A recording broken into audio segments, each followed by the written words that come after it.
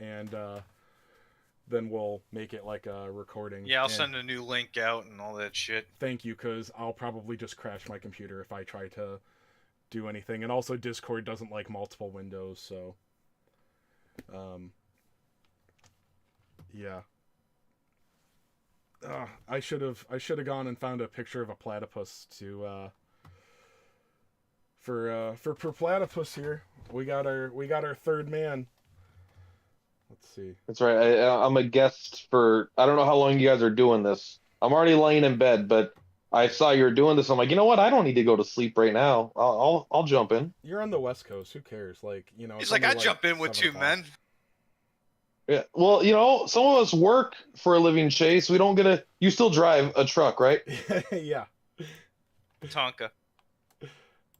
Yeah. How come you get to come home at night? What didn't you do like cross country stuff?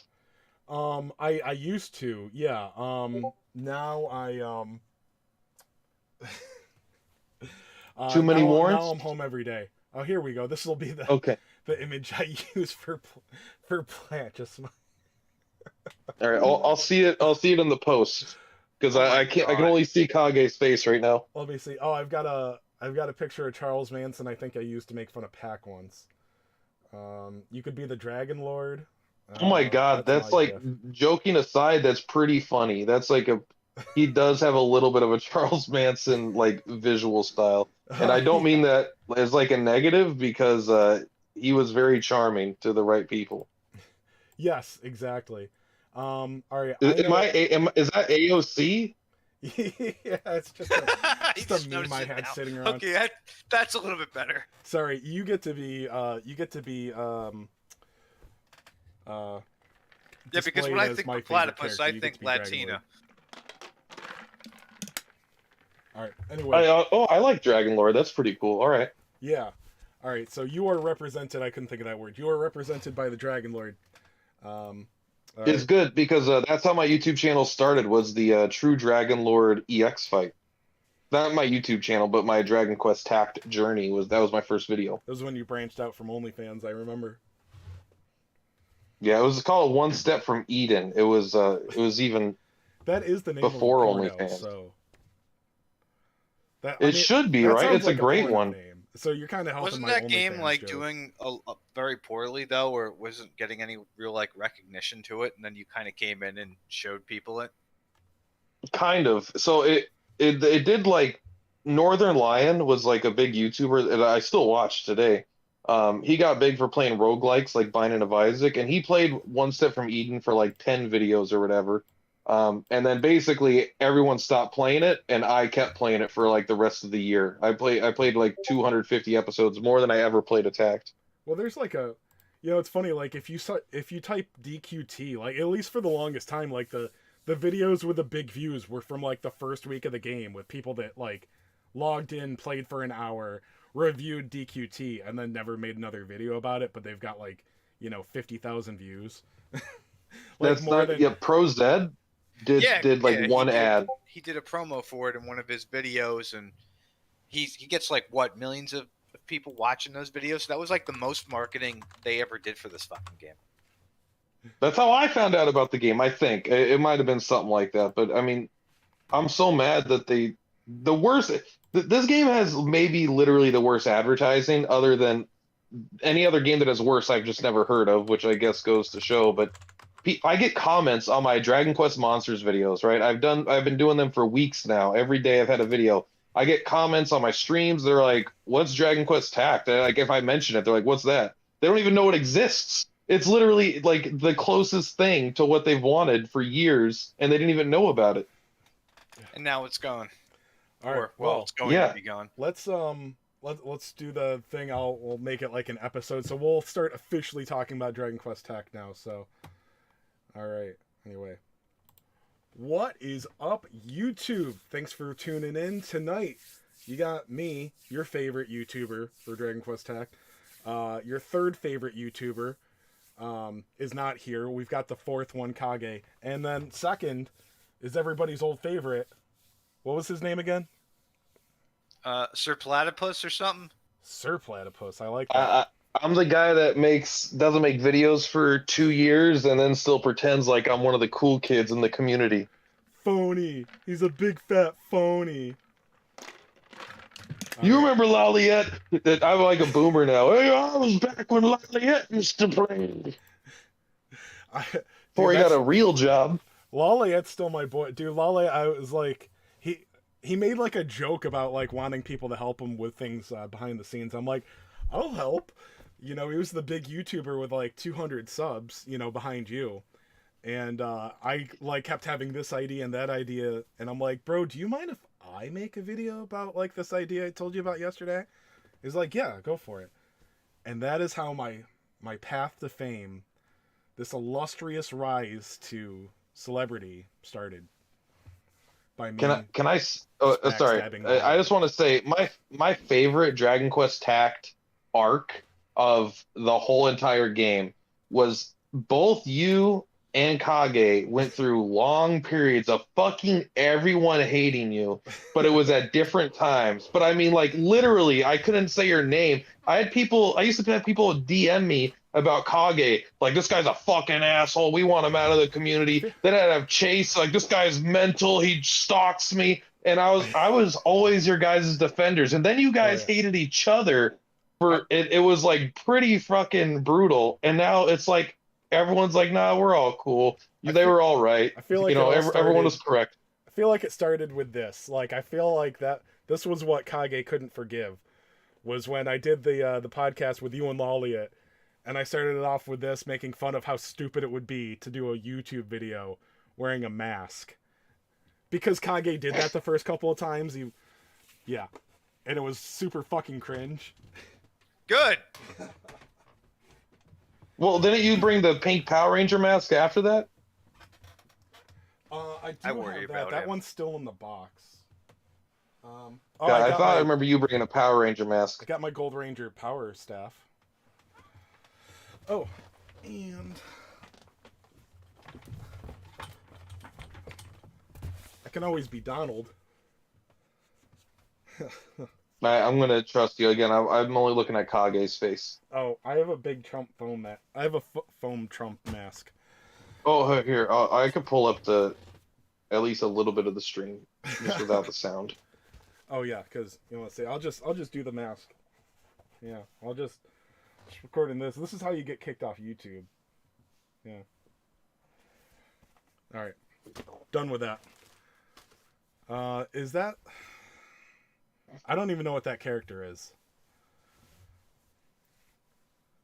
That's are you talking about Donald Trump or are you talking about Kage's? Kage's helmet thing. Is that like a Mega Man thing? That's actually that was just something I got from a Comic-Con. It was a custom piece somebody did, and I was like, I gotta have this for no fucking reason, and I bought it for like $70. Oh, that's like Yeah. Well, I mean, I have a Buster Sword in my closet, so can't judge. There was a time, I don't know why that reminded me of it, but I was considering when I did like video reviews or anything, I would compare the cost of everything to how many Genshin Impact pulls it was. Where I'm like, yeah, this game is good, but I mean, at 3.5 Genshin Impact pulls, can you really justify it? Mhm. And something about that custom headpiece, I'm like, you know what, that was a dumb purchase. But anyway, it's cool. I like it. Oh, it's totally dumb purchase. I've only used it like 3 times. I mean, I've spent $1,000 on Disney Lorcana cards. You want to talk about dumb purchases? Oh, Jesus Christ. it's one of those Just look at my things- back wall. There's like all these pops. So, is it because you think they're going to be valuable, or you just love Disney princesses? Well, I mean, all of the above and then some. I it's think one of they those might be things valuable until the game, unless the game falls off. It's one of But those things. My that's girlfriend doesn't like Magic. oh well, dump her. But yeah, the Lorcana. I almost thought about it, and I'm like, bro, like that's either a stupid obvious collectible, or it's not going to be collectible because everybody's going to have the same idea. Like, there's Yes. no way So I these would be mostly got it valuable. to play because she was like, "Oh, that looks fun," and I'm like, "A card game? Oh, yeah, we'll play." And then I went a little off the deep end. All right. We need to be serious, boys. We need to talk about Dragon Quest Yep. Tact, because, well, Absolutely. it died, and it's time to pay our respects. I've heard that it's still online, but I mean, like literally. I mean, Kage, I think you had the same thing as me. Like literally, like as soon as it was announced end of service, which we knew hours beforehand. Not that that's a huge feat, but it's like, oh, okay. There's like, I'll log in, I'll read it, and then there's no point to do a single Yeah, thing. I uninstalled the game live when I was looking for a new game, and I was like, oh, I need some space. Just kill your What can I gems get rid first. of? Oh, this shit. Okay, cool. I did kill my gems first, because I mean, I did that yeah, too. I did have that to. on the EOS video, That's like which I got 2 Kaisers, but like pick if one. Square were cool and actually did end of service properly, which so far they're fucking up royally. Not that they care. They give everybody like 100,000 gems. I'd log in for that. I'd go summon the new hero and maybe check him out for a minute. But like, there's no point to play right now. Can I say that I might be? I'm in the camp, maybe the smallest camp of. I actually end of service made me reinstall the game. I was like, can I still log on? So I didn't have it installed. I saw end of service. I'm like, I want to make a video, but I got to record. I got to download this game first. Still mad that you wasted your Mendini medals. Did you watch that? Oh my God, that felt so good. Having 1.5 million gold on my account, spending my Rainbow Medini medals on fucking small experienced homes or whatever. Bro, do you know what happened to me? Dude, I got, on New Year's, I got just piss drunk. Like, really fucked up. And of course, as a fucking loser, I came home and played Dragon Quest Tact. For the first time since end of service. So I got a couple of gems. Went and got the 10 shop tickets for Metal Kaiser, whatever the fuck his name is. Bro, my shop tickets got me 3 copies. 1 10 ticket pull got me 3 copies of Metal Kaiser. Not like, again, not with gems, not with also like the tact points. No, the 10 shop tickets gave me 3 copies. Did they fix the rates or something? Like, what the fuck? To celebrate end of service, we're boosting all rates to 4.5% for S ranks. Isn't this like, I'm not wrong, right? When you get an S rank, it's still like a 24% chance to be on banner, right? No. It's actually, well, it used to be that. So that was the OG rate, okay? So that's why whenever you do a paid poll, they actually use the same OG rates because that was based on 3%. So it's so the featured rate is 0.7. So it used to be a 3% S rank rate. So it's a 7 out of 30 chance, almost 1 in 4, okay, that it would be the featured unit. Now it's 7 out of 40. So it's actually a little bit better than a 1 in 6 chance. So it's about an 18% chance that you get the S rank. It got worse? Yeah, it stayed the same, but the chances of the rainbow unit actually being the featured got lower when they increased the rate. Oh, what was that? I mean, shouldn't it just be like, I feel like every other Square Enix game and every other gacha just makes it 50-50. They're just like, hey, it's 50-50.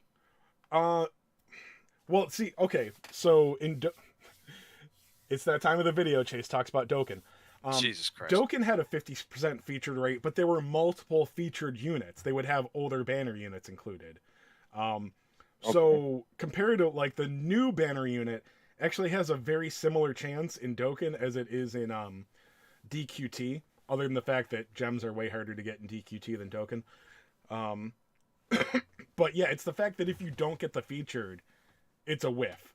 That's what I would always bring up is like, there's no second place might as well be like 100th when you're summoning in DQT. You either get the featured unit or it's a miss. Well, yeah, like, if you don't the great get thing about featured, Octopath, you get like Archdemon, and you just get like Archdemon was good once when he got blossomed, and then for the rest of the game, he was complete shit. Yeah, General Pool was exciting for like 2 months. And if you it just doesn't even make any sense, because at least Octopath, like after a character leaves the banner or whatever, like a featured banner, unless there's like a special separate banner that's called a Sacred Blaze, and that one is a separate general pool. But for the most part, units after about 3 months just go into the general pool. So the general pool is fucking huge. Mhm. So no matter what you pull, if it's a 5-star, it's like 9.5 times out of 10. I'm like, oh, I still need that. I need more dupes for that. Oh, it's a new unit. Even so, it's like it's always expanding, which it feels good because there is the second place is really good still. You're like, oh well, at least it's still some good stuff. And Yeah. DQT, I still get fucking every time it's like skeleton soldier, the B ranks. I'm like, who? Why is this even here? Just keep, Yeah. just show me a Medini medal instead. Yeah. That's what it is. And they literally never updated that pool. It's like, okay, so these units don't matter so much, but like, so like, why isn't every 6 months they don't add 1 or 2 B and C rank units? Like, that was absolutely crazy. Like 3 years, I don't get what. and they Just never add added. Lucifer to the pool as a F rank. Who cares? Yes, Just put him in the fucking there. People shouldn't have to farm that guy. that's the thing. Like, it for a little while, it's cool that you never have enough stamina to be completed in this game, but then after a couple of years, it's like, bro, I literally never have enough stamina. You cannot play catch up in DQT. You It know? felt like the only game where it's like I know I didn't have the problem as much, but it's like, oh, there's no such thing as enough gold either. You never had enough stamina, you never had enough gold. It's No. like, oh, I have 1 million gold, but that's because you've consciously chose to not spend it over the next 15 minutes by re-rolling stupid weapons Oh yeah, Or you. and ranking up trying a to get bunch of new. units that you're not Yeah, going to use, you know? So it's Yeah. like, yeah, I had like 1.5 million gold, but I had like 50 A6 units. And if I would have put them to A8, I would have been in fucking poverty town. Oh yeah, 'cause that like Platt, you were always like the big example. Well, Platt's got like 1 million gold. I'm like, and you would agree with me on this. I'd be like, yes, that's how Platt is choosing to play. He could also spend all that gold in 10 minutes, and it wouldn't be a waste. Like, easily. Yeah, yeah, I could easily spend it. I just kind of kept it all because I'm like, I don't need it to progress anywhere. hmm And once I don't feel like I need it to progress, I just want to hold on to it for when I do feel like I need it to progress, yeah. Because PvP, eventually I'm going to want to get whatever, a bunch of tomes and a bunch of things ranked up. And I didn't want to be in a spot where I was like, oh, well, I got 10,000. Let's do our daily quests. the state the game is in right now, it's you can only care about PvP. PvE is just like how to get like the given stuff. Your PvP team will be able to get your PvE stuff anyway. It's not like WoW, if that means anything to anyone. Um, like, and the to compete in PvP, like you can't go in there with +8 skills. You're a fucking scrub. Even +9 is still gonna be like, wow, look at this fucking idiot. You gotta have +10 everything, and that's, dude. Nobody cared about any awakening past the first for what, like the first like year and a half, 2 years of the game. After I left at 2 year, everybody's like, dude, you can't take one awaken units into PvP. They got to have at least 3 awakenings. Right. Yeah, 'Cause I mean, that's I how they remember structured like I had everything. a A5 Zoma, mm, but A5 Zoma was like broken. That was like, oh, this is the most powerful unit in the game yeah, that for was a you long having time. fun, like being obsessed too. Like you just loved that character. Yeah, like it wasn't. You knew that you didn't need it. I guess, did you guys see my video where you could see in my box I have an Awaken 1, 0 experience of Stark. He never got a single point of experience ever on my account after I pulled him because I still think he looks too stupid to use. That Well, I that mean, he's bothered me back in worthless the at day. I did remember that. that level, though. He's worthless overall. He was really good in RTA. If you had a maxed Awaken 5, max level S Stark, he was cool, but nobody would bring a one Awaken S Stark into RTA. You'd get your shit kicked in. Mhm. I know it when he first came out. I mean, that was like, I don't know if you guys remember, but when the game launched, everyone's like saving for a Stark. 6 month half anniversary or whatever. We're gonna get a Stark, and then he came out, and of course he was good, but there was like only Arena, which was like it didn't even matter, right? Because it wasn't RTA. I There was no RTA forever. play. I think It I think was you're just like like, I think you're like me. You get like maybe disgusted is an overstatement, but like when people get all hyped for a unit that they don't care about the character. For me, that was not for Nocturnus. Nocturnus is lame as fuck, dude. He's just a muscle dude in a speedo, and everybody was so hyped for Nocturnus. I'm like, you didn't even play Dragon Quest 6. Like, you're just excited for a strong unit. That's Like, yeah, I'm going to want it Yeah, too, but I'm not like all hyped for them. Like, that's why, like, what did I pull on? Like when I was big in the game, if you got, I mean, I obviously Zoma was kind of lucky more than anything, yeah. but where I spent most of my money early on was the Slime Fest. You know, getting Slimeheart, getting Queen Slime. Hmm. I was the number one ranked, CP slime person for like a week or something, and then I was like, I just can't afford to keep up, basically. Dude, I'll tell you, that felt like But such a like well that's done event. Like the way they handled the unit drops in that. Like, well, some of them were a bit low, but I just remember thinking like, wow, this is a real quality game. Like this event is done so well. Yeah, I felt really cool when the first Dragon Quest One event dropped, and they had the awesome like cut scene or whatever in the beginning and the music, and Exactly I what I was was gonna like, say that's where I next. was like, I got to make YouTube videos on that because I was playing for almost a month, I think, or on release, and then I finally got to that part, and I was like, you know what? I think I am. It was so taboo in my mind to put a mobile game on my YouTube channel because I'm like, I don't want people to think I'm not a real video gamer, right? Even just putting a video on the channel is gonna be like label me as someone that plays these types of games and not real games. Um, But you don't play real but I games. was enjoying the game so much that I did. I'll tell you know I was talking about this game after a couple years after well a while was a real eye opener in gotcha addiction. Like this game was very blatant with how it could be predatory. Like I don't want to go too negative off the bat, but like oh man, like I said, the resource scarcity, like just every dial was turned all the way up to make them want to buy. Yeah, I mean, I kind of do want to go, and we can go positive and negative, but like I Hmm. wanted to know. I watched Mad's video. I don't know if you guys watched it, but kind of I'm like, oh, the death of DQT or whatever. I And saved I'm it kind while of driving. interested I to know what forgot. you guys thought. What you guys thought like what led to the game's death, in terms of more of a large scale thing. Like what were the decisions by the company Dude, they I they that never led mean, to the tried. game's just death? to sum it up pretty simply, it's called Final Fantasy Ever Crisis. They competed with themselves, and we lost a lot of heavy spenders. Now, one On one or top two of bad months doesn't kill the game. no, They never tried. There were that's why a lot of people are coming to my side now, the smart ones. Being like, oh wow, all those things that Chase was saying. Like, I'm not just trying to whatever. You guys know I have an ego.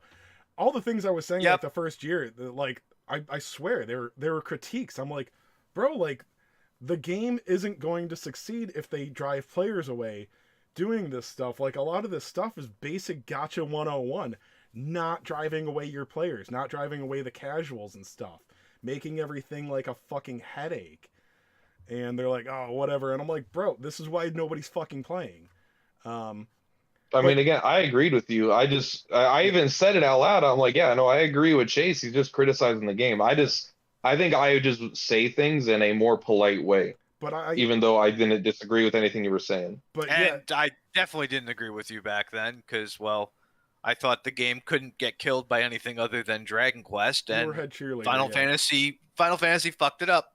But Final Fantasy killed us. now it's bringing me back to the question like, why did they not want Dragon Quest Tag to succeed?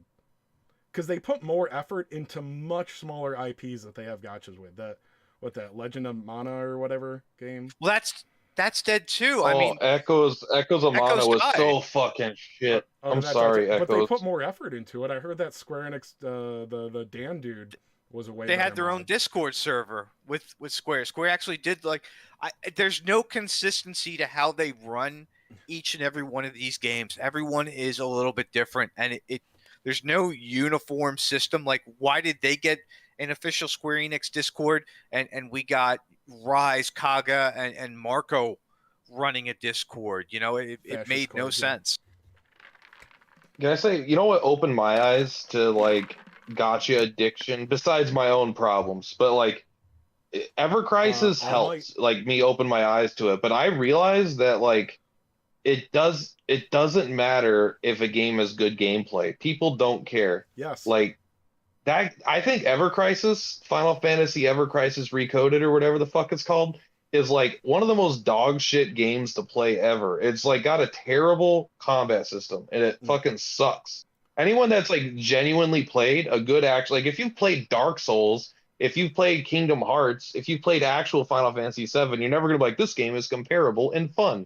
Yeah. It's just like it just looks really pretty and it's got all the characters. It plays off nostalgia. I mean, I had a guy in the sub guild. He dropped 30,000 grand into Dragon Quest Tact. He quit to go play that game. It made no sense. Dude literally walked away from 30 grand in DQT, years of grinding, to go play that dog water piece of shit. And I'm like, why? There's nothing innovative here. Well, here's the. I think you're actually missing Platt's point, and hopefully he's what I'm thinking. Is no, it's about the essence of what people want in a mobile game, and Dragon Quest as a franchise especially applies here because think about what do people enjoy about playing Dragon Quest? The grind. Being abused. Like the grind is a bigger part of Dragon Quest than almost any other RPG series. They actually design it for the grind to feel enjoyable. Playing the old Dragon Quest games, you have to grind in between events and stuff like that. Like events in game. So when you play like the Dragon Quest mobile game, dude, it's about the grind. It's about the build, the collection, the progress. That's why I would always go like, why does every single event have games and mechanics and rates and banners that make me think, why do I not quit right now? Like, I don't think that I'm alone in constantly having the feeling of, Jesus Christ, I need to fucking quit. This game is stupid. Because everything was just, the FOMO was constant. But yeah, no, you don't need to have difficult strategic gameplay for people to want to play a gacha. Like, you don't have to have fun, intricate game. People want to grind a game on their phone every day, No, I agree with that. I actually think that like the FOMO aspect of DQT didn't. I get maybe that's interesting. Like kind of asking you guys what killed the game for you, but kind of quickly just to go first. Actually, this is kind of Mad's video kind of opened my eyes to it. I didn't even think about it in that perspective until I saw it. But really, for me, what killed Tact and the reason I stopped playing it and stopped having fun was believe it or not, it was the AI, the deterministic AI that had no randomness to it, where it took away all of the strategic combat. In my opinion, it wasn't a strategy game; it was a puzzle game. And it was like it was a puzzle game where the size of your pieces changed. Even and a it range just on I damage spent. would have. Sorry to interrupt. Even a range on damage could have changed it. There's no range on damage, which Yeah. is so. Well, that almost doesn't happen. I think the anywhere. issue for me, the issue is that because the AI is so deterministic, where everything would be exactly the same if you did the exact same things, it required them to like put the difficulty up so where it was so high where you couldn't go in and feel it and figure in like maybe like scrape by. Like play any Fire Emblem game, right? And it's not like just everything. You don't need to know every move of every unit at the start of the fight in order to have a chance to win. You can adapt to the situation. Play any other tactical game like that. And that's how Tact was at the beginning. And then it just got so much harder. And I think the AI was a part of it, everything being so, guaranteed, I guess. It was just a puzzle game, it was like being a programmer, you just had to have everything happen in the way you want. And they kept nerfing things too. Like they nerfed Hell Gladiator's ability. They would nerf other abilities. Like, for example, you had Zoma. Zoma got a Blossom to do Frigid Wave. At some point, they nerfed his ability for Frigid Wave to work on units. It was like, what was the point of even investing in using this unit if you're just going to take away its versatility 2 months later to make a difficulty spike? The most fun I had in the game, literally the most fun I had, was when I got to do at the time they were difficult fights, like the boss caves and the top tier tome stuff, where I was using Hell Gladiator and I was using King Bubble Slime and then like Leery Lout, and it's like, let's just fucking envenom this guy and kill him over 3 turns or something. Like, and they shot that in the head, man. They did not let that continue. Oh, yeah. So I always found that frustrating. Anyway, sorry, I got distracted. I had to advance the chat in our little group here because Lady Kage put a Oh, GIF, you and saw Mrs. Packfire? yeah, and I'm like, dude, I can't. This GIF is distracting me. Anyway, so I just had to send a bunch of D's. I sent Kage the D, a lot. Damn. Anyway, all right. Favorite event.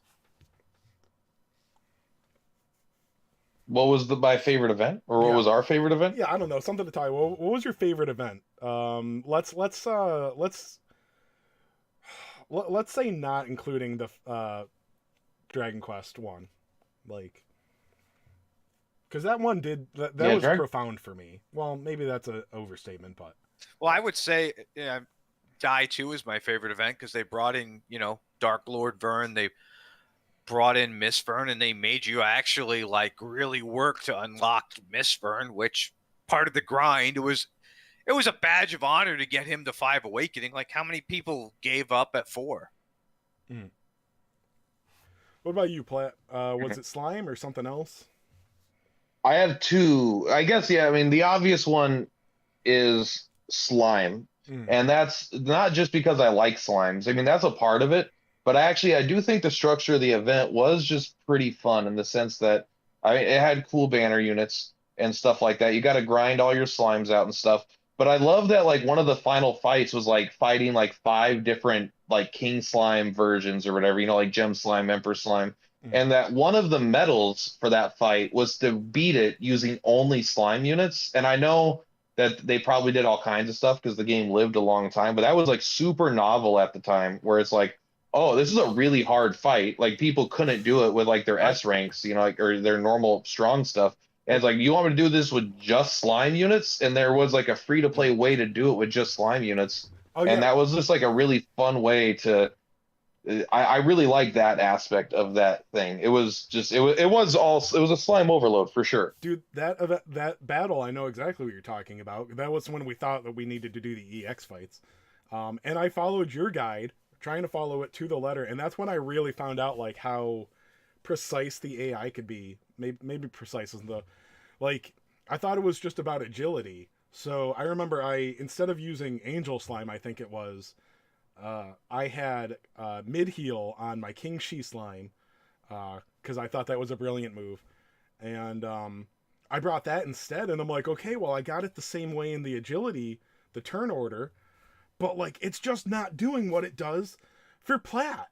And I'm like, oh, the HP matters, defense matters, this and that. Like, you What was know, crazy is I felt like the biggest thing that I was shocked by that I swear to God no one cared about or they just everyone knew besides me, but it was the order that your party was in your loadout. that one Like if you time. had King Slime at one time, it was like, all right, if I had Angel Slime here and I had King Slime here, slot one, slot two. But if I switched it, even if they were in the same positions on the map, it would change the AI's aggressiveness based on where they were. So if I had a Yep. leader it wasn't even my leader change, but I was like I couldn't believe like what is causing the AI to see this. They see the order and they're prioritizing them slightly from high to low if all things are equal, I guess. But, um, And it got to a point where people were able to make up calculators and take like the max CP of a team and determine what stats were, and everything was broken down so much that, I mean, if you weren't getting like a 160 in a GVG doing all that prep work and everything, then it was like there's something wrong with you. Like, because everything's already played out. There's no real variances. People took all the guesswork out, and it just wasn't fun. At least, we're playing Tacticus right now, and you've played the game, Plat. There's some variance to how things could play out with the AI. You could, the amount of crits and the amount of special abilities that you can get hit with Well, by yeah, the crits AI. and damage ranges. yeah, and that's the thing. It seems like such a simple thing, and there's like Dokkan has damage ranges, but they don't matter. Like the numbers are huge. Like it's like maybe like a 1% range, but yeah, you don't realize like how much it adds to RNG and variance and whatever you want to call it. To have like a 5 to 10% damage range, like it actually makes the combat like it's not set in stone, which is a lot more Like important than you would think.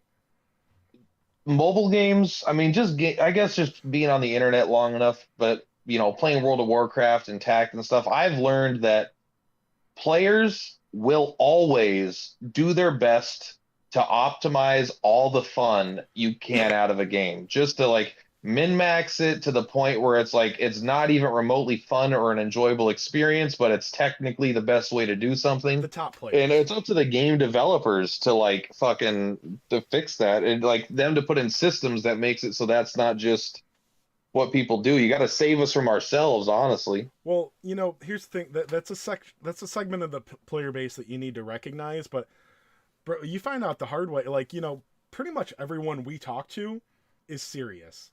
Like the people that are considered casuals in Discord are basically hardcore compared to the average player. Like we have to Oh yeah, because recognize that they're in Discord.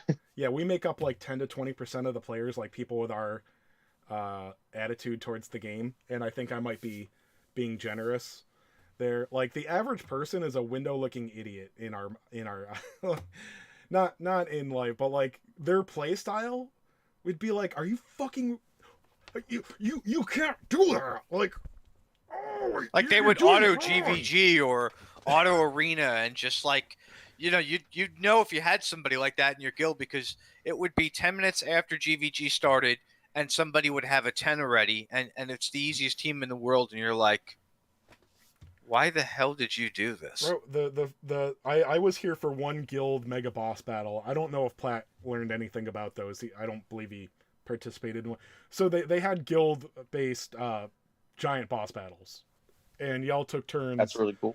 Y'all took turns depleting the boss's HP. You would kill, like they would have like a couple million HP, and you would, it basically took like 4 or 5 turns to kill him. So you would kill like a couple stages of the boss every day. But yeah, no, I found out, like I came back and my guild had some casuals in it, which it wasn't like a hardcore guild. I kind of came over and hijacked it when I came back to the game, and like, all right, you fuckers are hardcore now, which didn't work as well as I I went to the pound, grabbed a dozen mutts, slapped them to a shed, started yelling mush, and wondered why we weren't moving. That's what I did. Um, but anyway, yeah, Michael dude, Vick over here. we're playing GMBB, and I real like, dude, I got like 6 to 8 members that are base. I can tell that what they're doing is taking their leveling team, hitting auto, and just letting it play out, which is going to get you killed like by the second round, and you're going to do like 80,000 damage when you should be doing like closer to 1,000,000. And I'm like, oh my god, we missed the orb on that event by like 1,000,000 or 2 damage, and I'm like, dude, you guys literally aren't trying. Can you just go in there and try? Can you just manual it? But yeah, the average player is super fucking casual.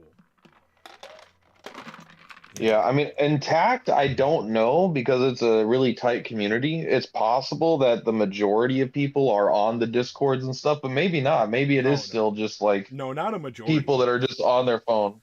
Maybe more than most. Like I said, maybe But would represent like 10 or 20 or even 30, but like it's not most, Well, because at one point that's the why I player got so base mad. was down to like maybe 3,000 people. And out of those 3,000 people, I'd say we'd had maybe 500 on the Discords. And well, think about how many views yeah. our videos get. Not that like everybody wants to go watch us on YouTube, but there's like what it for the last year, maybe like 3 or 4 DQT videos a month, a week. Like if you're interested in this game, like I like watching YouTube videos about games that I play. So the fact that only maybe 200 to 500 players at best were watching our videos after, I mean, PLAT had different numbers the first couple months, but after 6 months to a year, that's what DQT videos get, a couple hundred views. So I understand that not every player is going to watch, but like I would imagine the majority of hardcore and or Discord players are going to. So that's like kind of my example of like hardcore players, people that would well, like to watch give you YouTube an videos. idea, the video before we got the shutdown notice 2 weeks ago, that got almost 500 views, and then the actual EOS service announcement that I did that morning got 763. So like maybe we had 500, and then maybe we had like another 2 a quarter, who were curious about, oh, this game I used to play is dying. Let me go take a look. Mm. But yeah, That's why those are I got better so numbers than mad. those. Like just the casual base, there's a lot of people that just don't know. Mm. I still get mad when games do this, but I feel like Tact had more than anything. They had a lot of pitfalls for people like, hey, you could just permanently fuck your account Yes. by spending resources in this dumb shit way. And how are you gonna know? I mean, unless like you were hardcore and then you'll know obviously, you don't need to think about it. But like being able to spend gold or whatever on like silver fucking gear that you would never use, or being able to Oh, spend your Medini they medals on made it dog worse, crap. Platt. They made it even worse because they had special events where you were gone at this point, but they did like a Final Fantasy event and a die event where you can turn your normal orbs into Mm. those items, and they kept those things in there. So somebody who was new could have went, taken all their orbs, transferred them over to an event orb that they'll never use, and there's no way to transfer it back, and they instantly screwed themselves. Yeah, and I mean that's such a finite resource. That's not like gold. Like it's like, oh man, I'm always going to be like 7 ord short. A couple of I people don't are know gonna why get that. they had so many pitfalls. I don't feel like as many games do as many pitfalls. Maybe I don't see it as much because I'm never the casual when I play a game. I'm always a little more on the hardcore side without being too sweaty. Yeah. No, But you brought me back to it what just I I was. DQT had a ridiculous amount. But yeah, that's a huge thing, and I would talk about this before. Is like, yeah, no, this game did not concentrate on casuals enough, and like I said, not casuals of like our league, like us being casual sometime, or like a lot of my guildmates being casual, like the average like drooler that just logs in and does a couple of pulls and has fun and does the new event. Um, but the FOMO in this game was ridiculous. So like you always were pressured to leave. Like it was always feel bad all the time. And yeah, you have to design games around keeping the majority of players around. That was a big thing. World of Warcraft, the professional raid, the guys that would do the hardcore raids would always whine, "You guys don't do enough content for us. We beat this in a week, and we need more hard content." And the devs would always go like, "Guys, we care about you, and we do our best, but you are 1% of the player base. We can't spend half of our development time on content for 1% of the player base." And I feel like that's basically what DQT did. Like, it was all hard content, Yeah, like constantly, which the average player is literally just going to slam their head against and be like, "Man, I can't beat this event. This fucking sucks. I fucking quit." And that was Maybe pretty that's much why every Final event. Fantasy did a lot better in terms of keeping the elite guard of players, because they had the same type of content, but they knew how to kind of tweak it in different ways and minimize their production time and keep that small player base happy, while the majority of people were never going to do like ultra weapon EX2 mode or whatever they had back then. So some of these companies have gotten smarter. That's actually Square's MMO division is awesome. It's run by like some competent people, and then you get their mobile division, and you're like, is this the Why do they same hate us? company? Yeah. So much it's of like Square right now is, why do they hate their players, especially the ones outside Japan? I don't like. Here's the thing: like games like Honkai Star Rail, like they understand. Like one, they've got like they're perfect at. They know their gotcha games.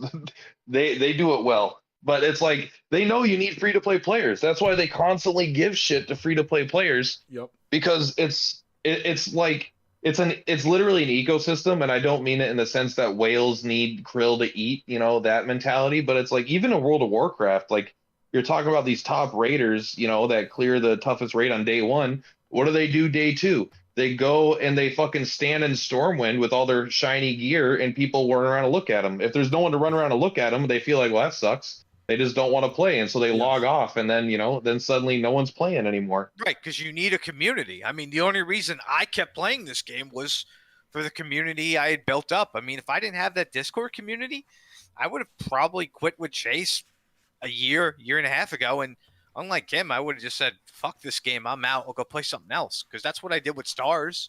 I played Dragon Quest of the Stars, and I just pieced out. My Discord is what kept me around as long as it did, and it is what brought me back to To be fair, like You poor bastard. like you know, I'd still stay in contact with my inner circle and stuff like that, and be like, oh, I don't know, it kind of sounds like fun. Maybe I'll come back. Maybe it'll be different this time.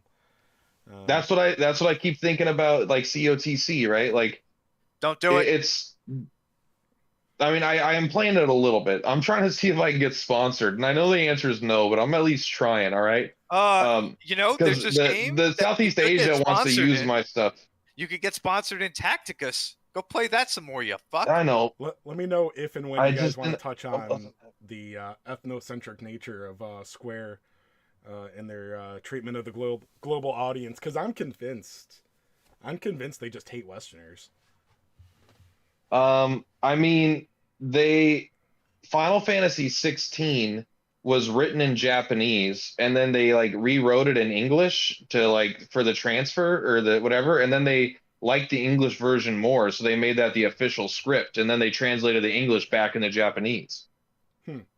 Yeah, I mean, So that's that's thing I'll one say. thing. Whenever people bitch about the translation, maybe it got worse as the game went on. You know, we all stopped reading story, but I remember like I read the story for the first couple months. The translation's good. People don't understand how bad Google Translate is. Anybody that says like they just run this game through Google Translate, I'm like, no. Go check out Game 8 and tell me this is fucking Google Translate. Translation's good.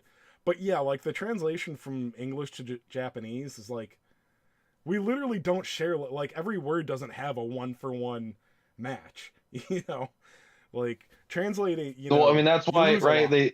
They changed their stuff. That all the monsters are puns. Not all of them, but like Yes. so many of them are puns. And there's no fucking way that remotely translates. There's no way. Like I can't even think of one right now. But like flying saucer, which is a bunch of plates or whatever. Like that shit doesn't just directly one-to-one translate. There's no way. 100%. Puns don't even translate between common languages most of the time. Yeah, so honestly, the fact that like as much of the humor comes over, or they create new humor instead or something, like it's honestly pretty impressive. Also, they did Dragon Quest 11. The original voice actors for Dragon Quest 11 is the English voice acting. The game released in Japan with no voices. So that's another thing where it's like Sylvando, and whatever, all of them, that is their original voices. And then after for the S edition, the definitive edition, then they really added the Japanese voices as well to re-release it in Japan. I just think the hate's in the mobile division. I don't think it has to do with the console sales. I think they're happy with the Western Why don't we console know sales. anything That's about why they 3D? keep, Why don't they we know keep anything bringing about games. 3D HD? To be honest, what I If think it's not happened hate, there then is it's an they aptitude. dropped the ball on that. They announced that way too early, Well, and I think he took some slack for I don't saying know. anything well, about it. if you can make that so I mean, I'm not a video game expert, but like other people that know a bit more have said this in the past, and they even said it specifically about the trailer they gave us for 3D HD remake doesn't mean that it was done, but it was closer to done than it should be done by now. Maybe. And Here's the thing. It could have also been a demo, and they didn't do anything else, and they just if you have a demo for a fucked game, off on it's done. treasures. If you have a demo for a game, then you're like tweaking it at that point. I Tell feel that like to Anthem. they're making whole brand new games in like 4 years. I feel like this is a game that already exists, and I know not just changing the art style. It's a big thing, but You I already feel like have the they must engine. have they either must have decided to increase the scope of the game. They must have come up with some really, really like, oh, we didn't realize how difficult some of these scenes would be to translate, or it's like scrapped, or it's like put on the back burner, like hardcore. Or Like somebody I can't higher up imagine got that it would take fired. them more than 2 years. But the Yeah, thing like is it's not how long they're taking. I totally get it. Like, dude, I want it to be done well, but I don't know. I'm not into video game news as much as I used to. I used to like keep up with all kinds of different things. It's the fact that there's literally zero updates or literally any kind of information 3 years later. Literally, That's- it's nothing weird. Yeah, at we're all. getting a Persona 3 remake before we're getting the Dragon Quest 3 Oh yeah, February HD 2nd. remake. Yeah, And it's you know kind of what? weird. I'll go buy that day one. I'm not gonna play it day one, but I'm gonna go buy it day one, just because Atlas does a great fucking job. I love them. I like Atlas. I bought what was it? Tactica. Look, I I'm liked gonna play Persona 3D 5 HD, Tactica. but It was I'll fun. buy it on sale or I'll buy it used or something like that. I don't want to support Square Enix at all. I can't blame you after the way they I mean, EOS'd us on Christmas. That was intentional. Like, I'd so, say I do feel like Square. I don't know about disdain, but they definitely like they don't like the Western audience as much because even games that do like really really well that are made by their Western studios, like I think that they don't usually do. They have what? No, they don't have Western studios. I'm getting Square mixed up with Sony. I think. mm, I think I'm just getting those two mixed up because I remember hearing okay. those like God of War and Tomb Raider were like considered failures. Like they weren't successful. Like they're two of the biggest games that released like Well, I whenever mean, they came out, but it still didn't hit numbers that they like wanted. Japanese players do like supporting the home team, and I think they do enjoy advantages, which is cool. I don't mind them putting JP players first, but in tech, like I said, hate, disdain, ethnocentrism aside, like Well, I mean, to they add to tanked that a tech. little bit, I just double checked to see if they still had any Western studios, and Embracer Group bought up all of Square Enix's Western studios back in May of 2022. So they just offloaded all of them to Embracer Group. So yeah, they don't really care about us at all. Oh, you know what? It's fair.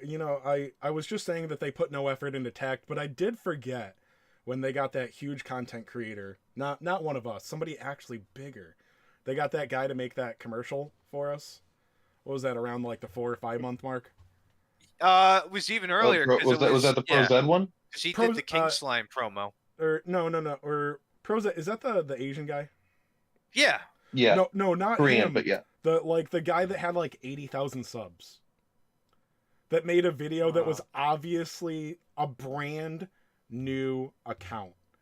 I think it was like during DQ5. And I don't Honestly, I remember probably that didn't even guy. hear about the guy. No, I didn't hear God, why about it at all. don't oh, you saw it. I don't understand. They refuse to put the Southeast Asia version of COTC has a content creator program. The global version does not. The Japanese version does. The only version that we all could possibly play in our language does not have a content creator program. They purposely excluded that one. Maybe it still shows up. It's insanity. Uh, it's funny the videos that pop up when you put in Dragon Quest Tact. Hey, you saw some of my Tacticus ones. Good stuff. Diggs. Like I said, this dude, I remember Diggs. I think he played for like 2 weeks or something. 15,000 views on his video. So like that still pops up right away when you put in Dragon Quest Tact. I mean, I'd play if they give me money. I'll play till EOS, man. That'll be next month. Oh man, I can't remember the dude's You're name. right. I don't want to sign up for a month. It would have to be a pretty big paycheck. You get $3 in a McDonald's Happy Meal. Absolutely. They won't even let me spend it on polls, man. God, what are these guys doing? Oh, that's the like. Why are they not? Sorry, I got distracted for a minute. Why are they not giving out like 100,000 M-tashed? Why are they not giving Because us they like don't 100,000 care. gems? They just I don't know. care. Like, there's a difference between not caring and like negligence. There's like almost like gross Time to negligence. jump Like in just like with- let people have some fucking fun. They've spent thousands, tens of thousands, hundreds of thousands over the months, weeks, years. Well, Just Platt, like let them have a little bit of fun. think about this, Platt. Remember when you had to help me signal boost to get that guy back into his account? The dude spent over 10 grand on the game, was locked out for 19 days, and the end result was he got his account back, and the company put up a notice in game blaming him for why he was locked out of his account. They don't care. It's just, It's crazy. man, I just wish they would let everyone have fun. But I mean, the reason I stopped playing it is because I stopped having fun because I felt like they sucked all the fun out of it. And here, to be fair, the game didn't provide any fun, in my opinion. It was all the community and the community versus community thing. It was just like, it was all player made fun, like all of it. Like, yeah, they released the units, but like that was like kind of it. It was all you guys making the game fun in the first place. Oh, so I don't know if you guys are watching the stream. I found it. The dude's name was M-tashed. Oh, he's up to almost 1 million subs now. So they had him do sponsored content. It's 10 reasons you should play Dragon Quest Tact. I think it was at the very beginning of the 6-month anniversary. Dude, he's playing stage 1-1 or like 1-1-2 or 2-1 or whatever. Like he obviously has a brand new account and he's doing a top 10 reasons to play video. Like they obviously gave this dude like, I don't know, like $500 or something. They're like, here, will you make a video that says you play this game? This was like probably the most effort they put in since launch.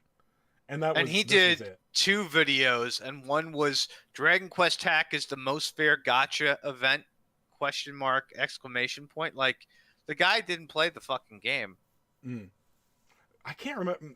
Maybe he did another one.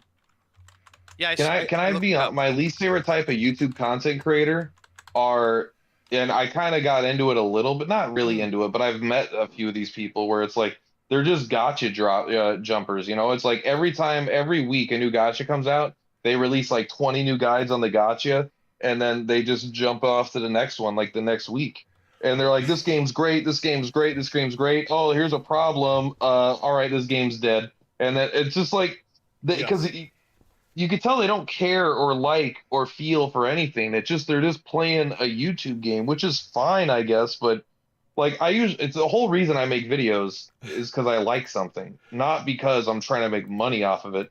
Like, yeah, the title of the video and stuff and the topic of the video might be involved into the YouTube algorithm stuff, but like I'm making Dragon Quest Monsters videos right now because I like the game. So I just that kind of stuff always bugs me. Yeah, this dude has his name still as Master today for Monsters. It's a good game. Oh, by the way, sorry if you guys are watching like the stream. So I pulled up that other MTash video you're talking about. Yeah. And I've got it freeze framed right now on his day 1 login bonus. So it's obviously the first. Yeah, no, I mean his name is Master. He's got rank 1. He's got no gems, no gold. I mean, he doesn't even have arena unlocked. Stage 1-1. Yeah, so I don't know what the they most fair gotcha. What does that even fucking mean? Here's the thing. I know you don't hate the. You know why? I think this is a great example of don't hate the player, hate the game. The video is him doing the retry banner at the end.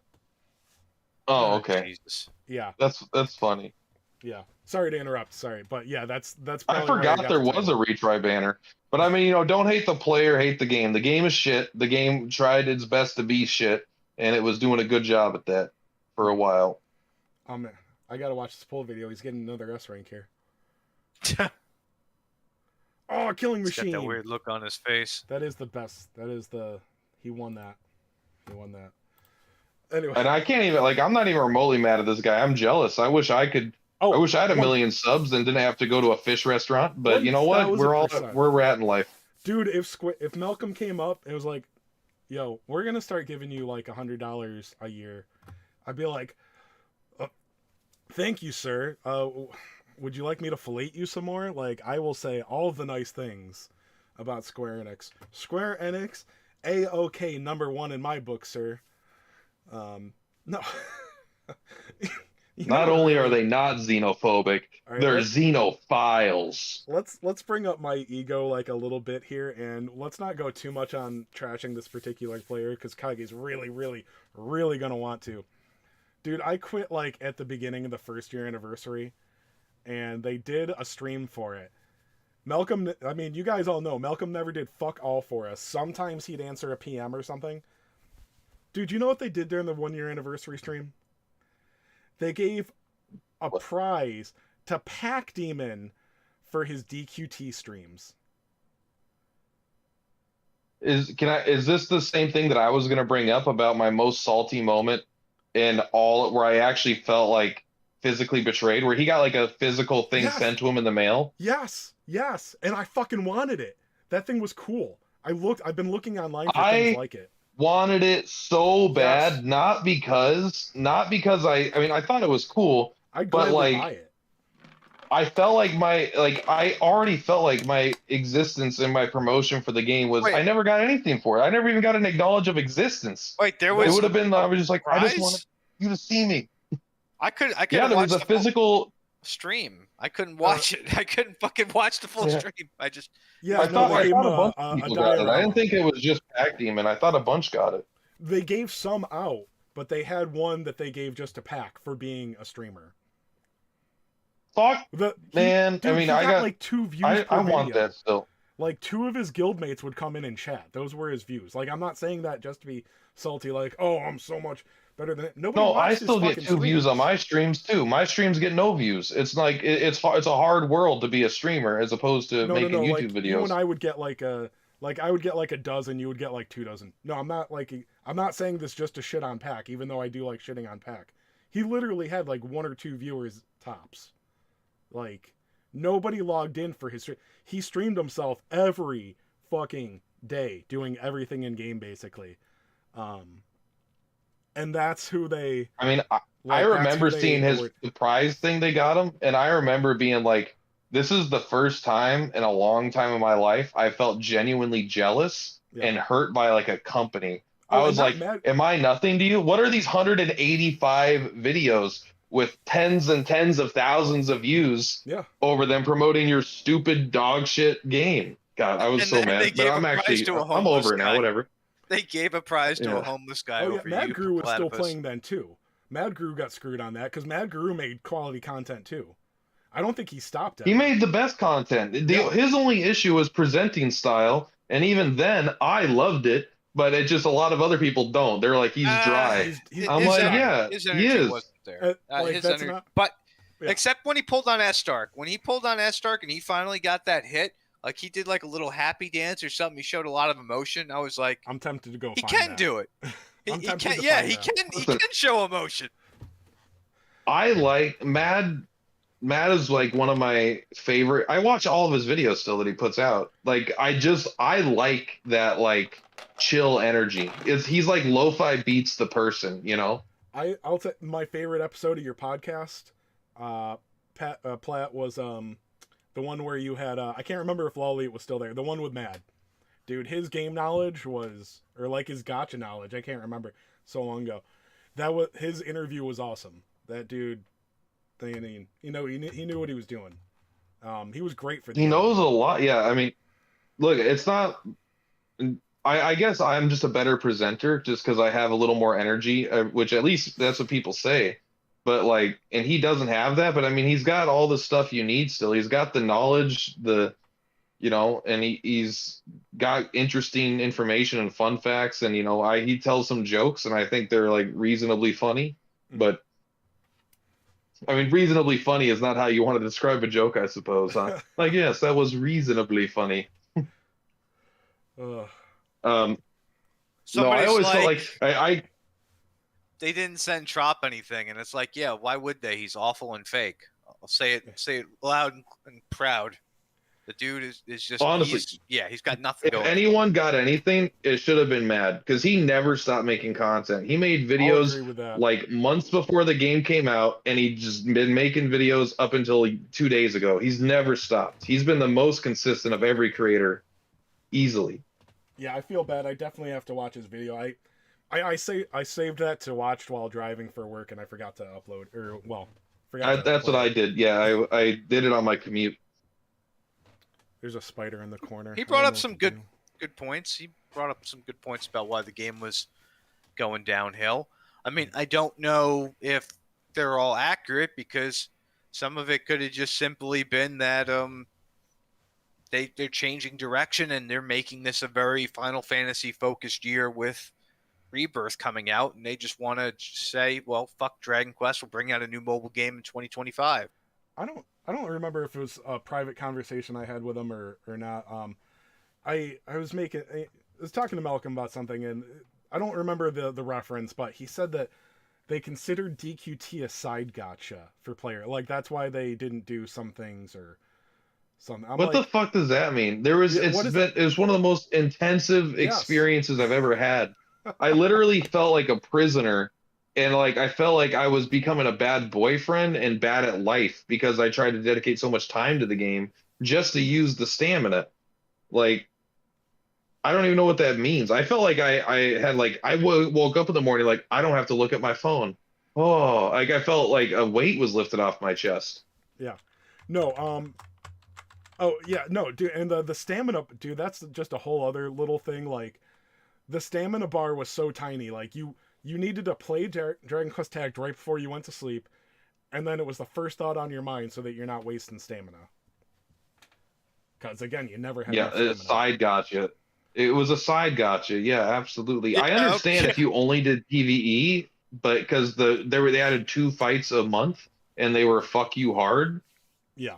But like if you were into PvP, that was like you had to dedicate a lot of time to that, man. Yeah, and they added more to your plate as you That's just went. a lie.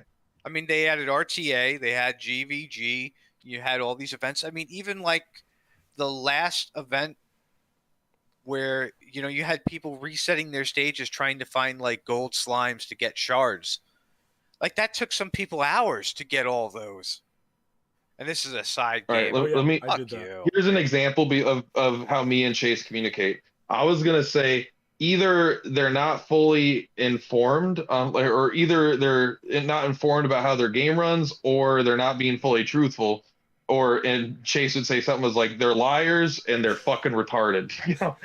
Both of It's those one of things. those two. They're It's retarded one of those liars. two. They're either liars, they're fucking liars, or they're fucking stupid. All right. Well, like a So lot of people. Malcolm's a fucking liar. Well, dude, people think that Malcolm played the game, which any live stream showed that he didn't. But the No. very last thing was everybody was like, we were getting like before Christmas, we were like, all right, so we know that this event ends. There's never a day without content, so why isn't there any in-game notice? And during maintenance, Malcolm finally responded. He's like, oh, you guys didn't get any. The in-game notification didn't go through. I thought I uploaded that.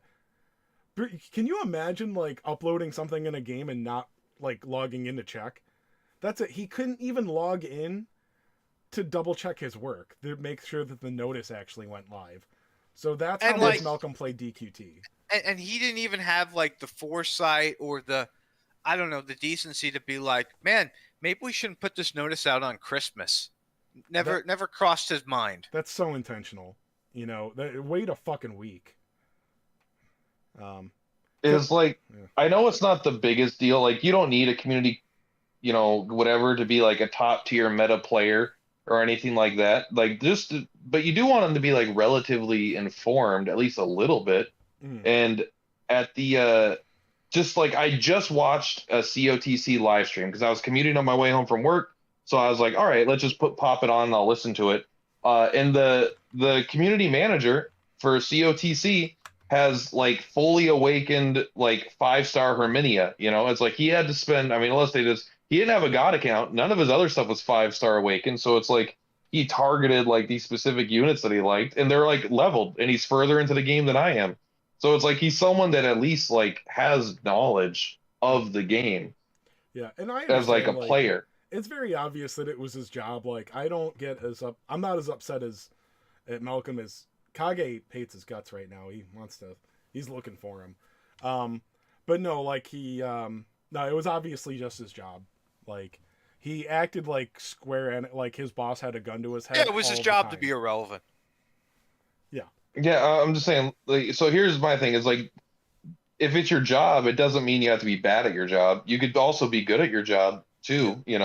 Oh, he was good at being irrelevant. And I mean, here's the thing: he probably was, and he's like, if I'm going to give him the biggest benefit of the doubt, he's probably involved in 4 gotchas, and he's the community manager of 2 of them, and the other one's probably his main gig, and then he's probably he's probably just doing a lot. I assume that Square Enix is not very kind to their community managers for their global games. I would imagine. I just assume that his overlords are fucking assholes anyway. Yeah. But I also just am like, I don't know. I feel like if he was misbalancing his time and efforts, and completely was forsaking DQT. But that kind of brings me back to why, like, do you think it's fair to say there was no attempt to make DQT successful? Like, nothing was ever tweaked. Like, here's the thing: they made one attempt to make the game useful, in my opinion, and that's they had a pretty badass launch trailer. It was really cool, and here's the thing: it's still the only fucking cinematic they ever released. Yeah. Oh yeah, dude, that shit was amazing. It was cool. Bro, dude, I played the closed beta. Was it. I was waiting for this game. Oh my god, dude, I thought about it all the time. Like, I loved it. I played I did get bored of the beta at the end because there was literally no content. Like it was just like, I think it was like most of the base game. The versus quests were like the end game. Um, and there was no community then. Well, I didn't know about it. I didn't know how to use Discord. But no, like gem prices were too expensive. They never toyed with that other than the 6 month. Dude, what did they do? Like what the bonus free gems, not even paid gems. Do you guys remember that sale? It wasn't a sale, it was like a I bonus. think it was like an extra 1,000. I don't even I think it was remember anymore. 1700 for the 80 gem. I remember 170, or it must have been 1700 because 170 is nothing. Yeah, you got an extra 1700 gems on the $80 pack. Like, which means you And would have they're had free to have, gems? yeah, you would have had to have bought 2 of those packs to get enough gems to get another pull. yeah, and not There was not paid enough content that either. was like just the basic like pulls. the fact that they didn't even care enough. Like there could be. I feel like their advertising was bad enough and what they were naming things that there could be a class action lawsuit versus getting 500 bonus free gems versus Yes. okay, but it's not clear that these are free. These are a different item Yes, than the item that you're buying. dude, I went off That on they're that. not value. I mean, I feel like you could easily say that there was thousands or tens of thousands of dollars spent. I mean, I definitely spent over $100 thinking I was getting enough gems to do this poll, but it's not enough for this paid banner because these aren't the same types of gems. Dude, They're the same because they're the same color, even, you know? I argued a lot with the cheerleaders about that. I'm like, but bonus and free in terms with gems, like those terms are superfluous. Did I say that right? Yeah. Like they're interchangeable. So like, there's no fine print. There's nothing. It's just like, oh yeah, we're giving you 1,000 gems and 100 free. I'm like, I just thought that I meant feel like a if you stupid got two promotion. brain cells, you could say, all right, a reasonable person could make this mistake. And that's all you have to be able to say Yes. where it should be changed. Yeah, and that's the thing. It's not. Yeah, could they figure it out? Yes. Could they, like, what's more important is there any scenario where it's going to be misunderstood? That's what you have to worry about, and they never did.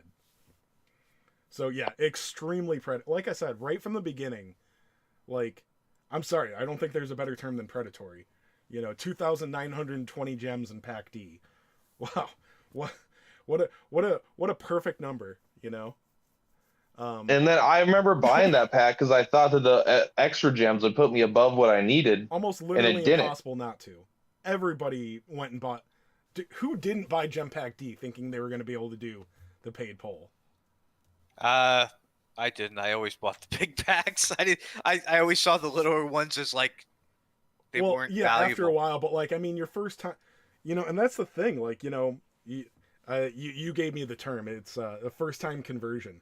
This game was terrible, because again, this is basic gotcha, and I think Peck, you probably learned this the hard way, like me, the hard way. Once you start spending in your head, now you are a spender. Everybody knows that it's stupid to spend in gotcha. So what you've got to do is you've got to have that one time where, as long as you're not destitute or whatever, if you're having fun playing a game, every once in a while you got to throw something out that's like, oh man, I know spending in this game is stupid, but like, man, for $10 I could get a lot of stuff that I'd really like. Like, shit. Maybe this one Which time. is why Maybe they this should one have done time. the 50 banners more. They Yes. should have done those like once a month, and they would have gotten a lot more And residual honestly, income. that's not bad, but you know what they need to do? They need to do like that, and then combine that with 3,000 paid gems for $10. What are they losing? Oh, everybody would jump on that unless you were like, Exactly. And that it broke. literally flips a switch in your head. Literally, like there's literally a What's gotcha switch crazy in your is head that turns on. Once Tact you was open even the bad at getting people to spend money. Like it would try to be as predatory as it could in its dumb little ways with its gem prices and stuff, but it still was like, trust me, play it. You get to play My Hero the Strongest Hero or whatever, but also like fucking Tacticus. What fucking this? There's every fucking page you go on, there's a spend $5 button on this little bonus thing. Yeah. Every page, there's like 10 tabs in the game, and every tab wants you to spend they'll get between you. $5 and $50. Yeah, exactly. And that's how my hero, the strongest hero or whatever, got me. And I was suddenly in way deeper than I thought I was because I was like, oh, $5, $5, $5, Yeah, play $10. All right, well, I'll $1,000. get this. They invent this like, oh, here is a super pass, and then oh, here's the super pass. It's not a battle pass. This is the weekly get the weekly gold ticket pass. So you got to buy the $5 weekly gold ticket pass. They invent these things just to sell you things to boost the things that they made. And so it's like it like Tact didn't. Here's the thing. I know it's weird, but Tact didn't try to do anything. They could have at least tried to trick us They into they spending money. They made us. They made everyone eat a big dick. They're like, hey, spend $100 to get jack shit, bro. they Do had it. I'm like, they all Yeah, had right, spend I'll do it because I got a $240. problem. Spent 240, Yeah. get nothing. At least in Tacticus, I spent my refund money there, and I got a whole bunch of units. I got a bunch of legendaries and other stuff, and I'm built up. If I did that in Tact, I might have had like a 1 awaken to a 3 awaken banner unit that I may or may not use because it wasn't max awakened. So it's like just a difference of value. yeah. And Yeah, I'm I'm not joking.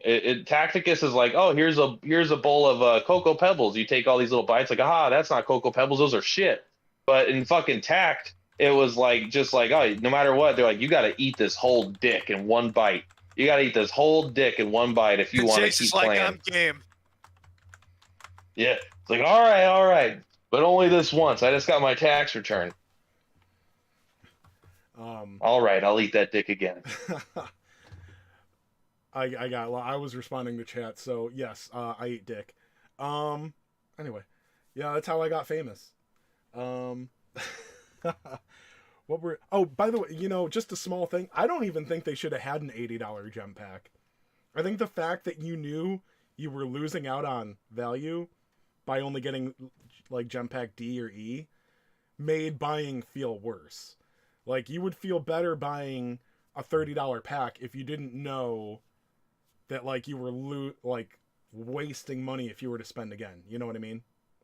Like just having that $80 pack in general was bad. Just put a $1,000 pack in there, make it the best deal, and just watch as we all are just like, oh fuck. But I bought $1,000 packs. I should have just bought that $1,000 one. Next time I'll just buy that $1,000 one. yeah, what if they Yeah, like? fuck. Let me just get a wire transfer going. It's like all right, one time $1,000, you get 20,000 gems every month, or like that's not. I forget. That's not a Oh lot. my In Dragon God. Quest Tact. A lifetime purchase? A That's lifetime so purchase. anti-gotcha. How I much don't money know. would they make? But that's Like interesting. I don't know. But that's the thing. Yeah, they pretty much just focused Yeah, on harpooning how the much money sand to make? whales. Just enough to last till EOS. How Yeah. long that lifetime purchase last you? Yeah, here, have a good 7 months, you fucking You get a loser. year out of your lifetime purchase. Yeah, You good spend point, good point. $1,000 for a year worth of gems, and you Um, could have gotten those gems with Ah, $200. what? that is a good idea because you don't even have to give them anything for Yeah, long. you just totally just put it in the contract that and the service violates the But what was it, the return like policy. me saying they didn't even try. I was thinking.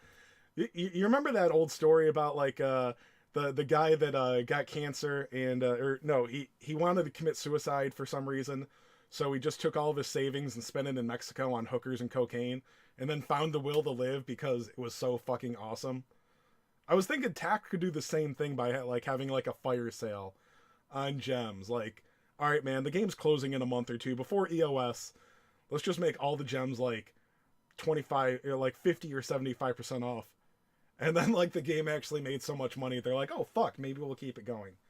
Like they never Yeah, tried I mean, anything just like like that. if they don't want to give everyone gems, just make a multi cost. What does it cost? 3,000. Make it cost 300 or something for a multi instead. Yeah. Make it cost 30 for a multi. Oh, I by don't the way, know. Like JP got way more 1,500 paid only pulls than us, starting from Dragon Quest 2. The Dragon Quest 2 banners, the paid ones onlys, were 1,500 gems in Japan. Small thing, but really. yeah. Jesus Christ. I remember that one. That one fucking stuck with me. God I damn. paid attention. I think more than like there are not many people that paid attention to what JP got that we didn't than me. I know I'm not gonna say Well, I'm the most informed, but for a while, like, bro, I paid attention to what we got and what we didn't, and they fucked us all the time. Well, yeah, All with the the time. 100 Hero V tickets, we didn't get any of those because that was a separate error. So many The more things. the die event error where they got 9K paid gems for that. Like if we had any sort of error over here, half the time it would be like, "Well, you guys caused this error, so we can't give you compensation." Like, what the fuck logic is that, Malcolm? I kind of hated the way the game was managed, but I mean, to be fair, like to me, this is still all like the whipped cream and cherry on top. Like it's just like fundamentally, I think the game was flawed, All right, so at least for me in the fun aspect. But it was copy paste, but you know that optical illusion where they take the chocolate bar and take a piece out, and then it still looks like a whole chocolate bar. That like yes, extremely accurately describes like the copy paste of JP to global. It's like, well, it's supposed to be the same, but there's a piece missing, bro. I don't know. I think that's a brilliant I'm gonna analogy. switch to I my don't know. computer because my phone's dying. Oh, okay. All I'm right. talking to my friend. Oh, I'm getting yelled at. She's like, "You don't have friends, you idiot, Cameron."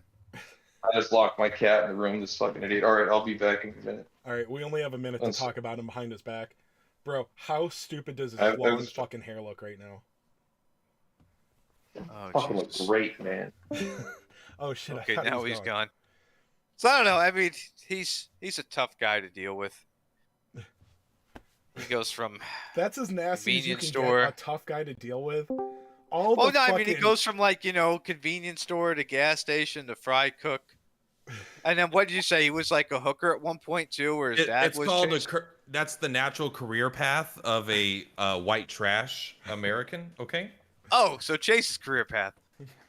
Huh. Yeah, he's already to the the trucking prostitute thing. You better Any not job's be still a job, I baby. was gonna make a joke about human trafficking. All I know about truckers is they always when I worked at the gas station, the guys that drove the big trucks, they knew way too much about human trafficking. They were always like, these parts are real famous for all the illegal human trafficking. I'm like, please, sir, I don't want to hear about this. Meanwhile, Chase is like, I've done 8 snuff films. What are you talking about? Oh no, it's because truckers have too much time to listen to talk radio and political stuff, and they're generally conservative, so they like to talk about trafficking a lot. So that's why truck drivers are always experts on stuff like that, because you get so bored that the only content that is refreshed every day without end is political talk. What's the guy that my dad listened to the whole time I was growing up? It was Rush? something savage. Something savage. Randy Savage? Oh, Randy Savage. Is that it? Oh, fuck. I mean, I could see your dad listening to a wrestler. I want to say Ben like... Savage. That's not Ben Savage. That's Fred Savage's brother. I do believe there is a conservative talk show host, something Savage. Michael Savage. Maybe? Man, I don't yeah. know. Maybe. I don't know. It was just my dad just listened to super right-wing talk radio all the time. I just listen to Timcast now. Who, by the way, interviewed Vivek tonight. Man, I almost want Vivek more than Trump now. But just lost half the crowd, sorry. Yeah, I don't like Timcast, but I have nothing against him. I just don't like the way he talks. It annoys me. Mm. His cadences. I could see that, yeah. Also, he's gay. All right, I'm kidding. Let's go. Let's get back on topic. Yeah. The topic of that guy being gay. So, Tact, do we have anything good to say about it? We've bitched a lot, and I kind of like that, but I mean, I thought we were saying nice things about it. So, I mean, back and forth. Bro, like I said, the management fucking killed it. And yes, I mean, some of the predatory things, I think they were made worse for global just because we got less resources. We got things in, like, if we get the same campaign, we got locked out of a fucking unit. They literally translated Lawson, brought him over to the Almanac, and let us just look at him. I'm just saying that the English version was harder. The global version was harder, and also just like global players don't like the same kind of gameplay. Like I feel like the JP players may be fine with some of the more predatory aspects. They have a slightly different culture, but as far as management and community relationship, yeah, it was terrible. And people thought that I was just looking for something to whine about when I was like, dude, there's no community relationship in this game. Like, that's a really bad fucking sign. And we were like, oh, you're just looking for things to shit on. That doesn't matter. Meanwhile, the new game I'm playing, the community manager approached me. We had like a 30-minute conversation. You're a nobody in Tacticus, and he reached out to you. Yeah, I learned more about the company, what's going on, what their creator content program was, than I did 3 years of knowing Malcolm. In a 30-minute convo with this person, like just the atmosphere, how they run their business, how they do things. Over on Malcolm, and it's like, well, I can't say anything unless I get permission from Daddy to tell you guys about anything. Like, oh, that's great, cool. Oh yeah, dude, that was. I still think content creator programs are a myth. I don't think they really exist. We'll find out. If I get it, then we know it's fucked. I could see that. That is a thing. Like, oh man, let's get people to like make content for a game, and they'll think that maybe they'll get like a $5 gift card somewhere down the road. It's on its way. Don't worry. Don't worry. Our content creator, just keep making the videos. Yeah. Thank you. Thanks for all of your million views that you got on our content. For that, you have our gratitude. Well, see, the thing they do, though, is they post the videos in-game. Like, you can go into their news, and you'll see, like, an update from a YouTuber's video, and you can click on that and go to the video from in-game. Like, it's... Like, even if I make nothing off of it, I just get free exposure for doing content for the game. Like, Square never did that for any of us. This is crazy. Like, here's the thing. They've never even acknowledged my existence over the last... we're not whipping out dicks, all right? My dick is small compared to all the bigger creators. But in the last 365 days, my YouTube channel has gotten 1.2 million views, and I've never even got an acknowledgement. And 90% of it is Octopath COTC, Octopath Traveler 2, and now Dragon Quest Monsters is doing pretty good too. But like, it's all Square, you know. It's all Square's stuff. They don't care. You could have 10 times the numbers and they still wouldn't acknowledge you. I mean, They only reach out to very, very few people. And, you know, who knows how much that Mosh guy got? Who knows how much Pros got for their little endorsement? I mean, maybe they got $500,000, a little bit more. Or maybe they got some other sort of deal. But you know what it fucking costs to hire me? What if you want the PLAT to make a YouTube video for your game? You know what it costs? It costs a goddamn email asking. It just says, "Hey, would you play my game?" And I'll be like, "Yeah, why not? All right, I'll make at least one video on any shitty game you have." Bro, now if anybody's out there and wants to troll him, send him an email for a really messed up game and have him play it. Bro, if Malcolm, I think there's ethnic cleansing out there. He needs to play that. If Malcolm had announced during the 1 year that I was getting the Magellan diorama and plushie, I'd have come back with tears in my eyes and said, I will never quit this game. This is the best game ever, and they really care about their players. So wait, you would have lied to people for a stuffed animal? Yes, I don't care about anybody watching this stream right now. I would sell out in a heartbeat. Malcolm could get me to promote DQT right now for a $50 gift card to Chili's. Wink, wink. I mean, he might take you there because he needs somebody to talk to after everybody else hates him now. And if you guys want to condemn me for that, you don't understand how awesome the 3 for Me menu is at Chili's. It's fucking great. Just lobster. The point is, I don't know if I would sell out, but the second I am given the opportunity, I bet I would probably.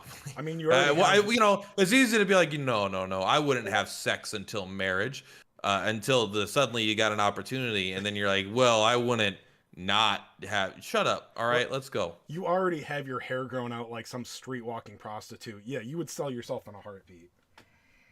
I think so. I could see you selling yourself on a corner, Platt. Yeah, my dad was a stripper for 5 years.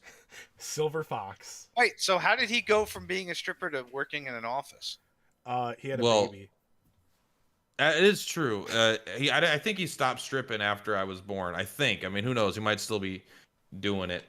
But yeah, he got married, and he had a kid, and he's like, I need to make some money. I know he was making way better money at the time. I don't know. He probably just found God or something, and he was like, I'm living a sinful life. I'm gonna go live a slightly less sinful life by robbing people of their homes. By the way, just final note, Malcolm, Yeah, I would then. take $25. $25. Okay, that'll get me 2 meals at Chili's. $20. Not quite. Not quite. I know. I'm saying I'll take $20. We're racing to the bottom. Fuck. You can't pay me enough money. I hate you, Malcolm. All right, $15. $15, and I will log back I into posted DQT. the sticker in chat just to let him know. By the way, like, you know, that's another thing. Why not make? We kind of touched on this. They're not doing. How do you not anything to make his end name of service cool. Malcolm? How come you haven't changed his name to Malcolm? Oh, I Because changed. I don't do the to- artwork here. Oh, I Okay, did change okay, his name. continue. It's my dear Square Enix channel is now called Fuck Square Enix, and I changed Malcolm's username to Square Enix Grim Reaper.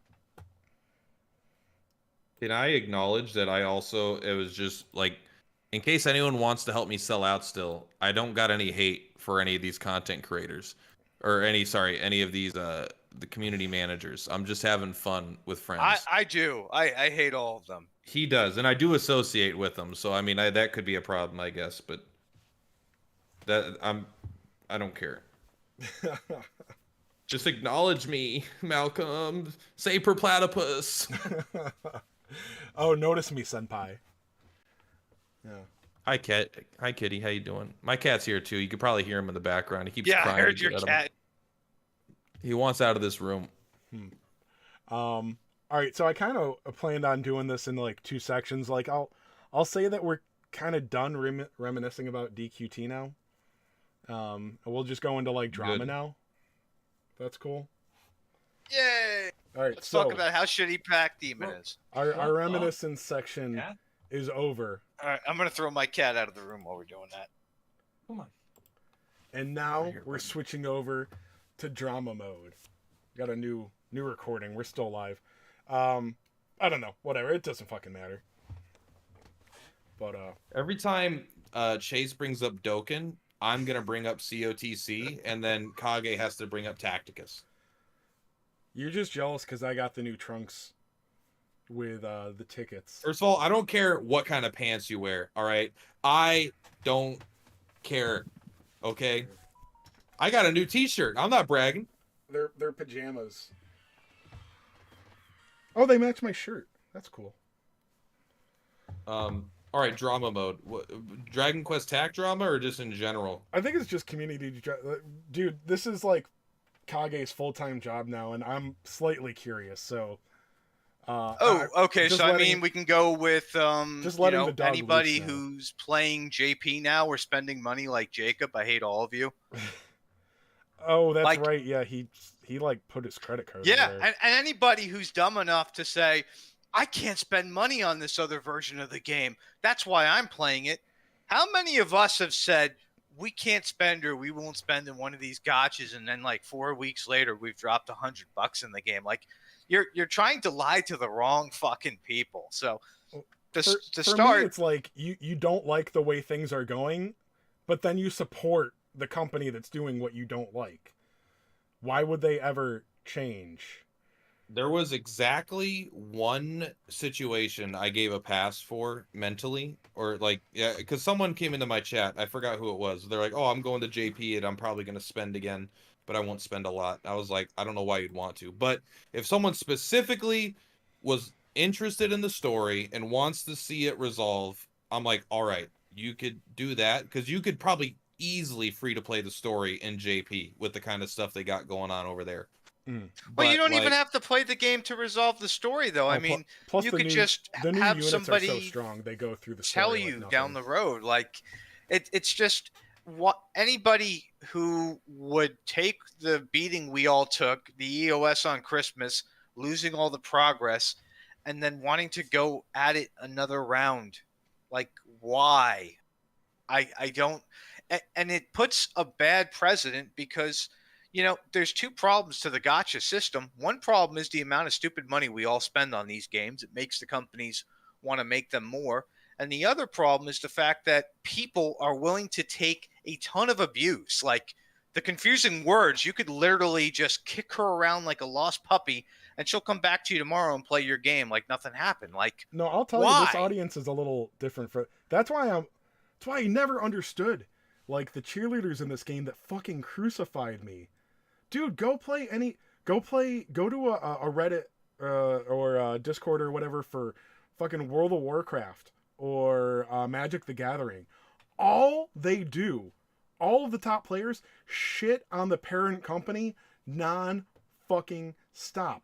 And I'm always like, dude, you're playing this game. Like, why do you shit on Blizzard? Or like every Magic player fucking hates Wizards of the Coast, but then they keep buying the product. So like I come out and like critique things a little bit, and everybody's like, "You're a fucking asshole. Get the fuck out of here."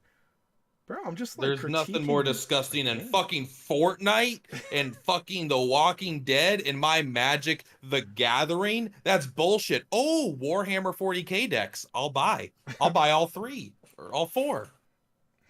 Yeah, it's like, And the thing that really eats me up is like you would think Chase's community would be the ones to like stand strong, but they all folded like a house of fucking cards. Like they're all going over there like wait a second. Like I thought you liked Chase and you were like listening to him and understood what he was saying, and you guys are the first ones to be like, "Oh, we'll just go over to JP now. It'll be fine.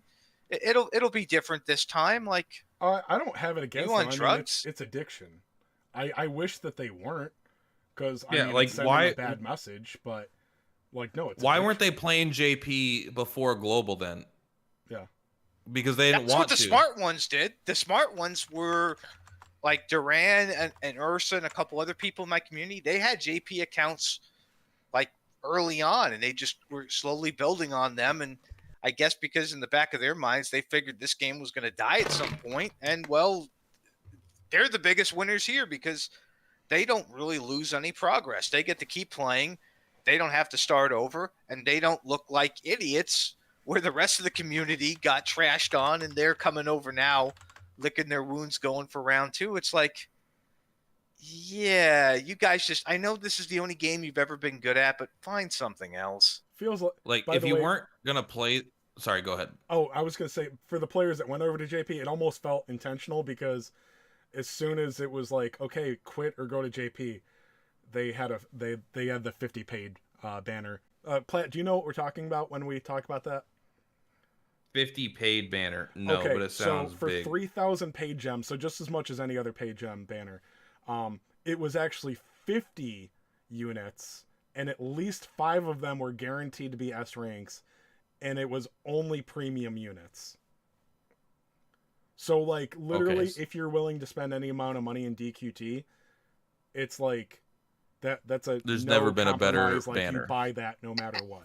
And it's not like they don't plan that. I mean, the same thing felt happened very when Die, A Hero's Bond closed down. A couple months later, Global had the new Die 2 event. Like they know how to play the system. Like they marketed it in JP, so the JP players had it right away. And then we went and told the Global players, "Oh, hey, this is coming in a couple of months. I know your game's dying. You can at least come play over here." They, even with like Monsters released the same time as Sorrow released, essentially the new Sorrow version. They have some synergy. They have some coordination with all these things. They know what they're doing, and they're having a good old laugh at all these idiots who are going over there saying they won't spend. Like, how many of those people? The only ones I could believe wouldn't spend are the ones who never spent from day one. Those, Yeah, it's also the people that never pay any interest on their credit cards. No, I always pay it off. Yeah, always, every single time. You know what? The credit card company's lights are on, so someone's fucking lying. Yeah. It's like the whole system, the whole building is designed for you to say that, and then for you to go back on your word. The second you say you're not going to spend and you're going to play, you're already that's their step 1. Make them think they're not going to spend. Step 2, that's where they get to next, right? All right, well, it's only $1. like, oh yeah, it's like not a bad thing. You know, there's 1,000 ways to do it, but I don't know. It just be honest with yourself. If you spent on this version, why would you not spend on that version? Oh yeah, like I said, you've Uh, already yeah, took because I mean, that people switch. are already resourceful enough to get over there, to get translations of the game and all this other stuff, and now you're going to tell me that this barrier that you can't spend, you know, and they even bought accounts from people. A lot of these guys bought accounts for like $20 with, you know, a couple That's thousand not a gems fucking loaded thing in onto them. global. Like, No, it's not a thing global, but JP, it's like they're giving those accounts away like candy. I mean, it's the same exact thing as just saying like, oh no, I simmed myself. I forgot my train of thought. Never mind. Come back to me. all right, All right, I'll go for another one then.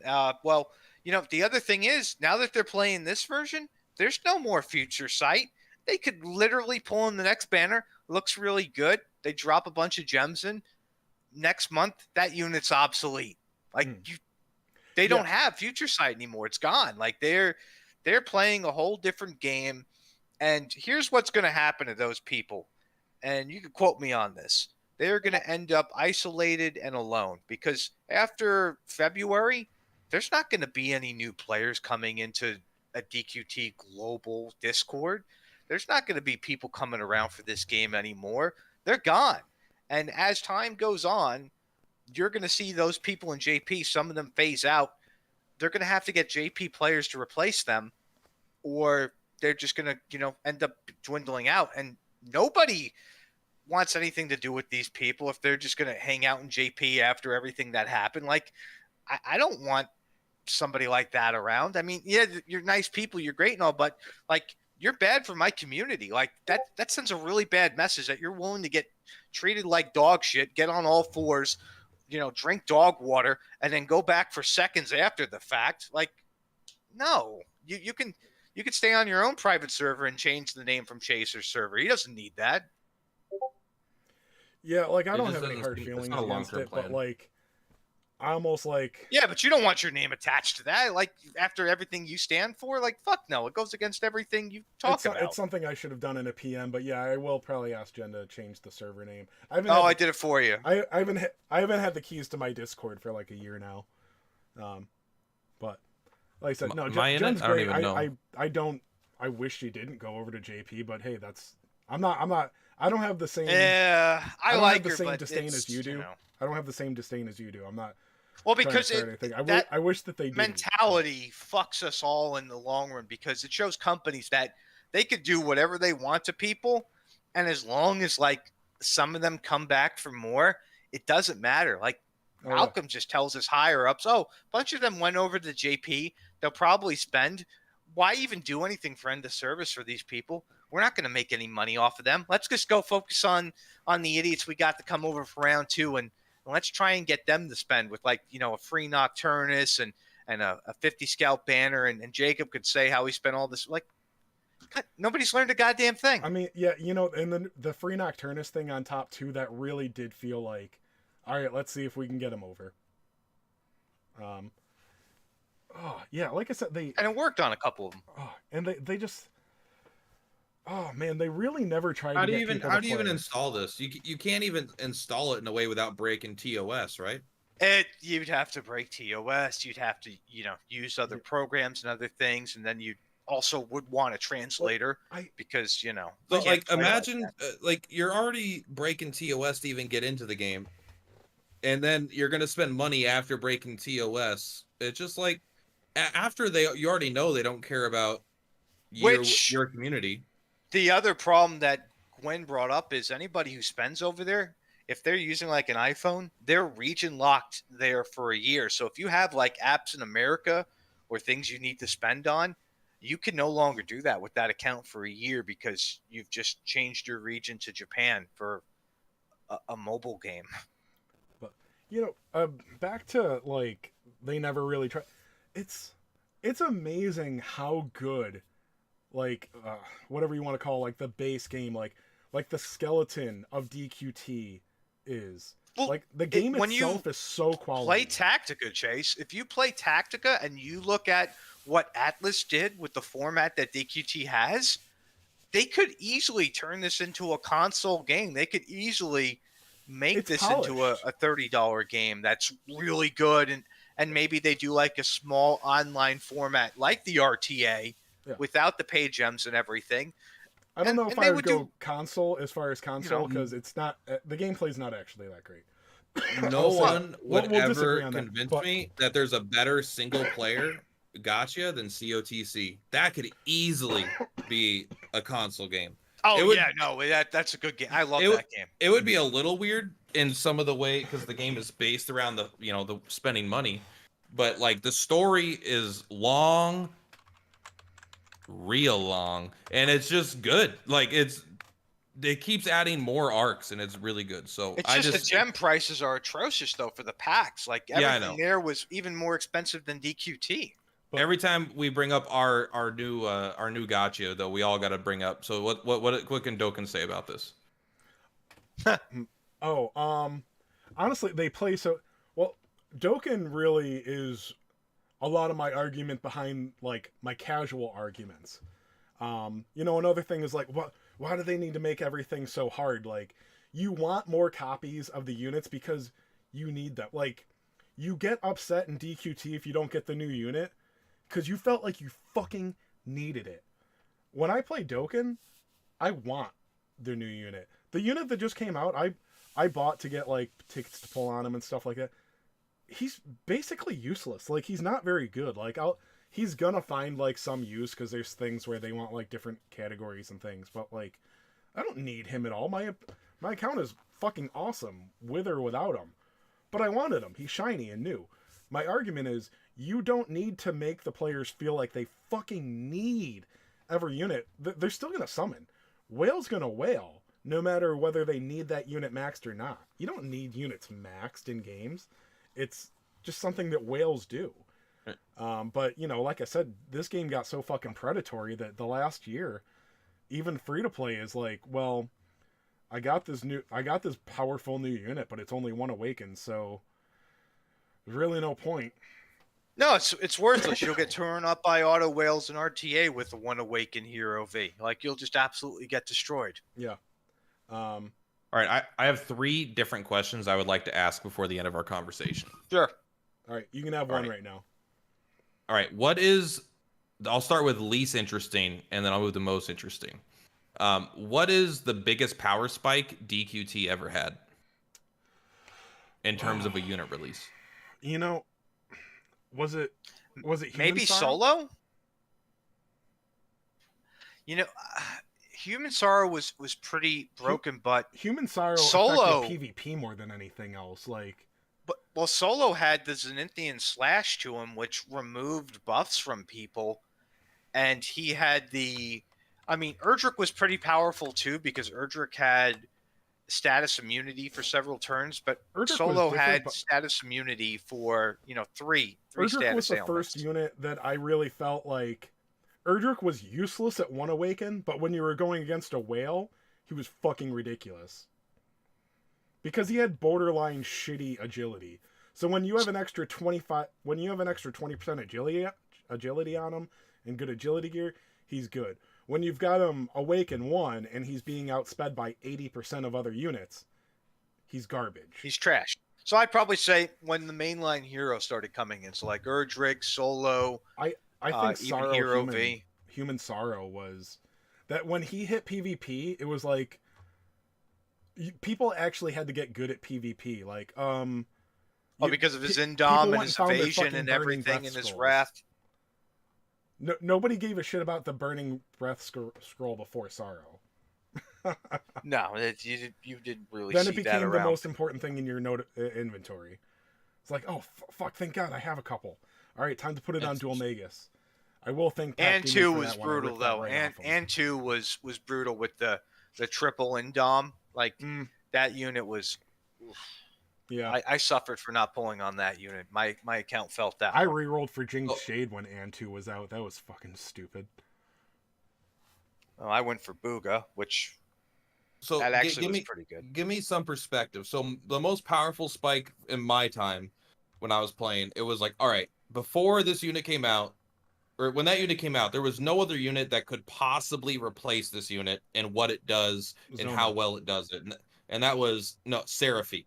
Seraphie was just like, oh, she doesn't use her turns to heal. It's like allies attacking next to her heals. She fully heals everyone to full every turn. She had insane buffs.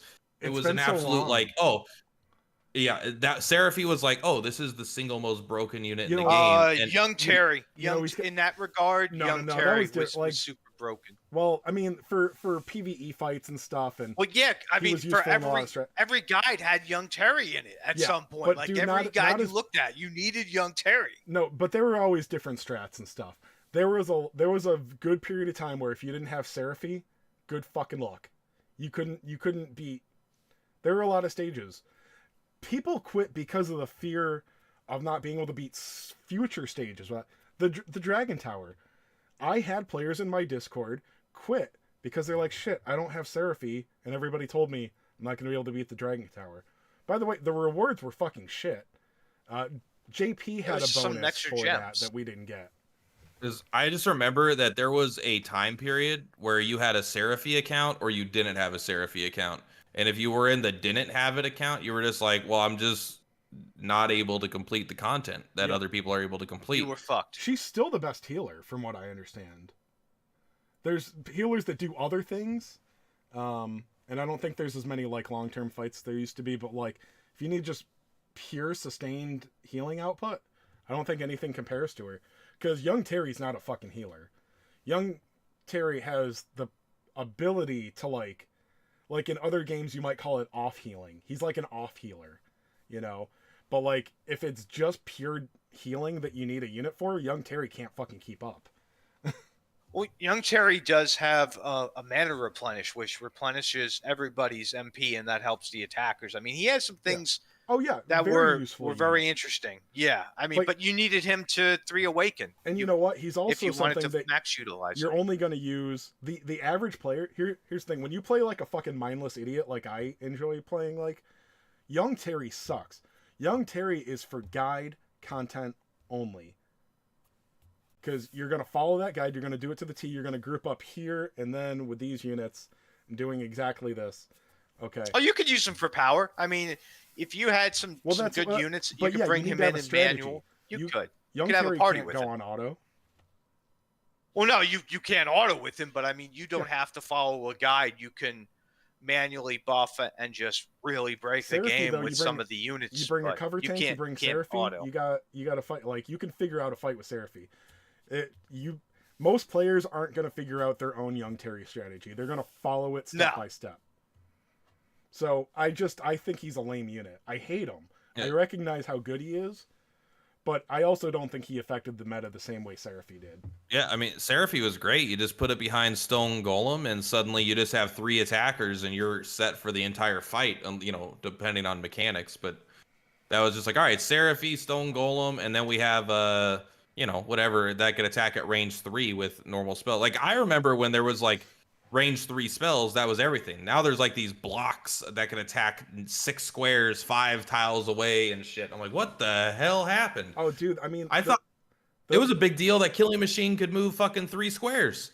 Oh, dude, the first like 6 months of the game, that's magic damage was always crap, but the fact that it was the range on it, you know, melee was dead for the first 6 months because they had no fucking range.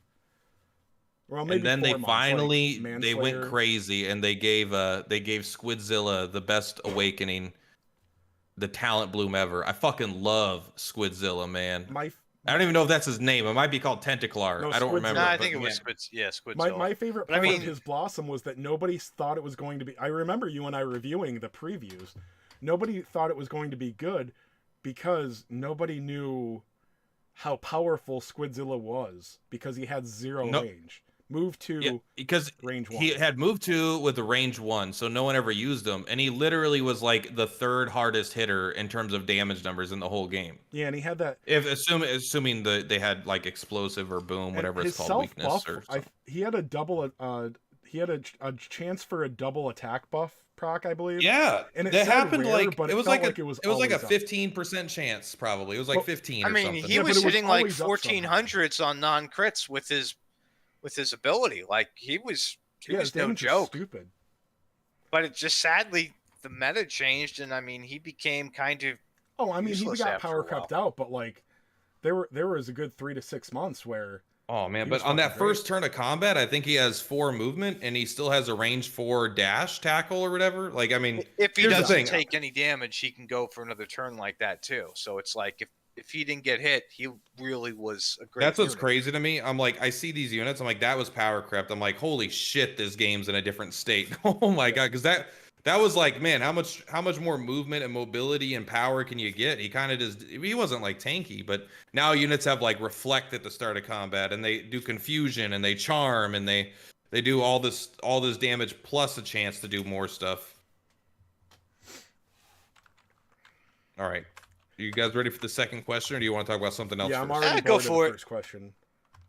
All right, so this one is not related to DQT. The third one is, what are sorry, this are you guys gonna play the Persona Gotcha? I think that's an Atlas Gotcha. Oh, I I'm haven't gonna even look thought at about it, and if it's good for the community, we may I can't shift see it over being there or set long up a. lasting, but maybe I'd give it a chance. Like free to play. No, I can't be free to play though. I'll just admit. No, I I can't be can't. free I to play. can't either. None of us can. I would have, if you would have told me about this a year and a half ago, I probably would have had no hope for it. But again, you know, bingo card, COTC showed me that a single player gotcha that just invents new characters or whatever can be like really compelling and really good, and it's just story driven. And I'm like, I trust Persona to do story driven stuff well, as long as the mechanics are good. I don't expect them to be as deep as COTC because, you know, you probably don't have an 8-player party where you choose every one of their actions between every character has like 13 skills, right? And you only bring a couple of those skills in. So there's like, even with random 8 characters, there's like, you know, math combinations of what you could do with those characters. Well, then my So- question to you would be, have you ever played another Atlas Gotcha, and do you know anything about them? Like, I don't, but isn't Tacticus Atlas? uh, Tactica was a console game. Persona 5 Tactica was just a straight console experience. Okay. I know there was another game, a Shin Megami Tensei DX2, but I don't remember if Atlas actually ran that one. And I think it's Yeah. still going. I played it years ago. Let me look. Yeah, I heard about it a couple weeks ago when everybody was in there like, you know, oh, I need another gotcha right now. Oh man, what do I do? You know, like a crackhead. But Honkai Star Rail, obviously. It's like, obviously everyone can play it, and it's pretty darn good, and it's simple to play. if I had more time, But- like Star Rail, I would have played Star Rail from the start. And then it's like I didn't have time when it launched, so it's like, all right, whatever. I logged into it today, and I saw all the things it wanted me to do. Same with COTC, and I just turned it off. I'm like, I don't have time for this today. Do you get the overwhelmed So, feeling more the older you Sega. get? Like, Sega is running the Shin Megami Tensei Gotcha, and that one's been going since January of 2018 in Japan and July of 2018 in global. So it's got almost It's 6 called- years. What's it called? Persona 5: The Phantom X. Yeah, I don't know what the release date of that one is is it though. going to But be like story driven or something? Yeah, it's supposed to. It's gonna. Well, it apparently it looks a lot like COTC, not in terms of graphics, but in terms of the way it's laid out. Like it's gonna be party-based Persona style combat, but with I don't know if there's gonna be Persona fusing, but they are gonna pull. You're gonna pull for new characters that have their own persona, like their unique persona. And I'm sure there'll be other predatory things in it, but I mean, if it has guilds, I'll set up one, and you're welcome to join, and we'll do the same thing we did. In how about Tacticus. I'll set up a fucking guild? All right, I'm gonna go so hard. I can't trust you after the My Hero Academia thing. Sorry, Platt. That's true. I don't even remember what I did in that game, but You I burned do that know place to the fucking ground. I had to. That game, I had felt like you know, when you get to a point in a gotcha where you like, oh, I feel like a failure as a man. I was like, I am a child. I am a failure. I need to fix my life right now. Oh yeah, You dude. just described Duran, man. We were talking Yeah. then. I think you and I had some actual like Discord video calls. Like All Might defeated you. You got your ass kicked by All Might. I didn't know how susceptible I was to a JPEG that would move when you got it to A5. Because, dude, I remember I made a thing. I'm like, all right, I had a little bit of fun with this game, but like this game is so obviously predatory. I'm fucking getting out. It's been like 2 weeks. I refunded my money, and then you PM'd me, and you're like, can you kind of like tell me more about that refund process? Because like, Yeah, yeah. I How do you kind do it? of lost my mind this week. So did you ever tell your girlfriend about all the expenses, or have we just kept that hidden from her the entire time? No, I think I mentioned it, but I mentioned that I got half my money back. I don't know if I said specific numbers. Not that like It wasn't it it's was a more lot of money, but here's not the like thing. crazy. For It was I gotcha. think it was like $500 or something. It was Yeah. like but it was $500 in like a week or It's something. too much money, but Or- it's not like a headline for gotcha, you know. Yeah, it was like enough where I'm like, this is not healthy for me. I can't literally afford to do that. But it was still like, I don't think I hid it from her. I was definitely ashamed, so I didn't want to say the numbers. But I told her that like, hey, I spent too much money on this game, and I'm ashamed about it. I got half of my money back. We're not in financial trouble, and I'm not gonna spend any more on it. But I just wanted you to know. That's basically what I said. Dude, I think Plat, you, I, and Lolliot. I mean, we talked a couple of times during streams, like around the 3 or 4 month mark. All of us were like, man, we spent like close to 1,000 each so far. Like we all, we had slightly different numbers, but like, And that we're all like, $1,000 man, never we went up a spent too much. dime, no matter how much I spent either. It was always $1,000 is how much I spent. Yeah.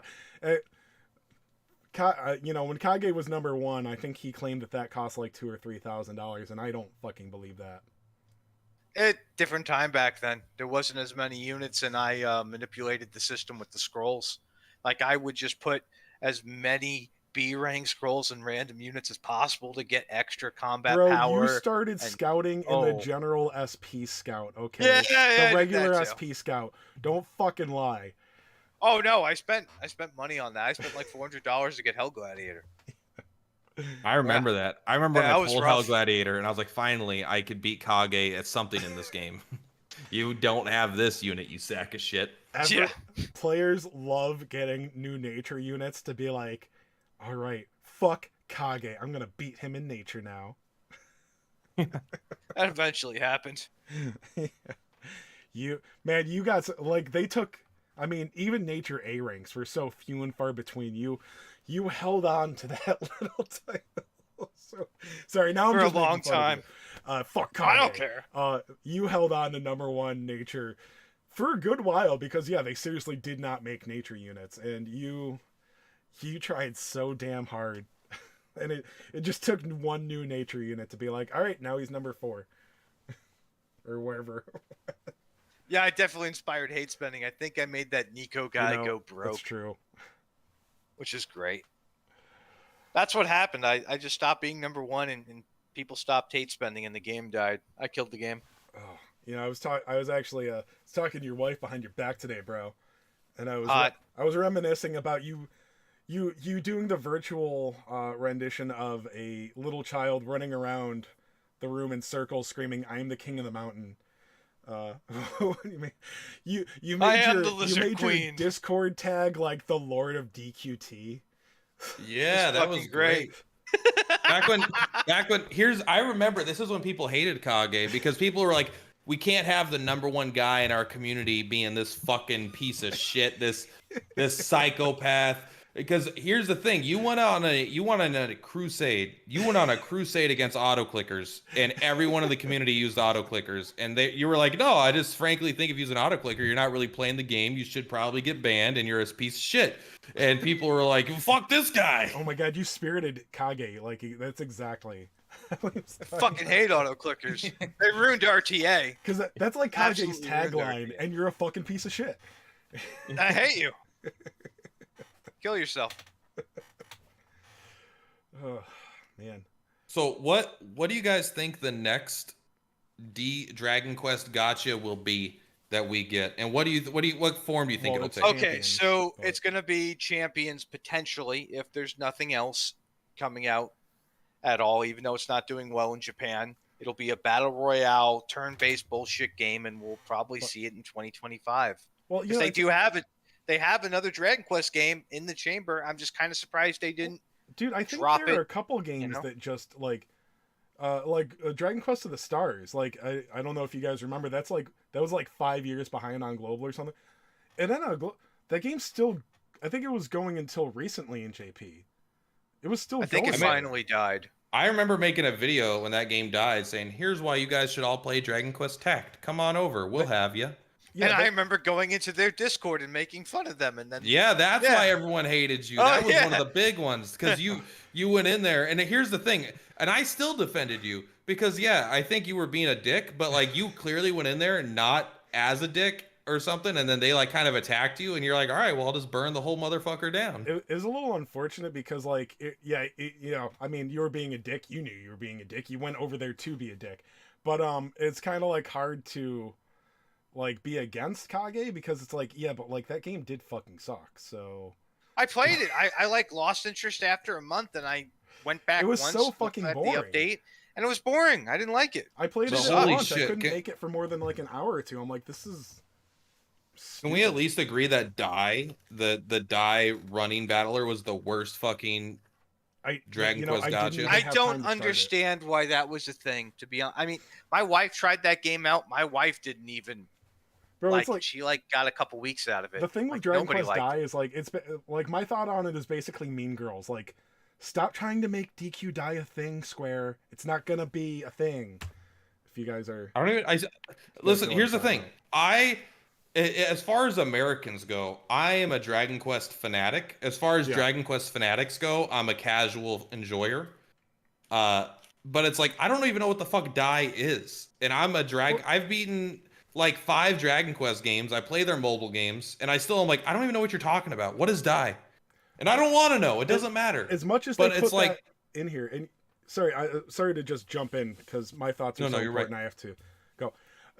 The thing that they never fucking tried with this game is at the 1 year anniversary. Why was it not Dragon Quest 8 or 11? Why did they not push the popular games? Like, seriously, because gacha will do that. They will advertise the anniversaries on like YouTube and stuff like that. So here's the thing: DQT 1 year anniversary, log in and summon for Sylvando or Veronica in her fucking cat outfit, or Eric, you know, or Jessica. Why wasn't Jessica like an anniversary unit? Like literally the most recognizable things, because Dragon Quest XI had a huge impact on the global audience. It basically created a global audience. Like, it's not like we're a big mainstream IP, but like we went from niche to like, oh yeah, that Dragon Quest game. Yeah, 11 was really cool. So many people played 11, and then we're like, man, let's check out these old Dragon Quest games. So the fact that TAC didn't push the fuck out of Dragon Quest 11 within the first year was fucking retarded.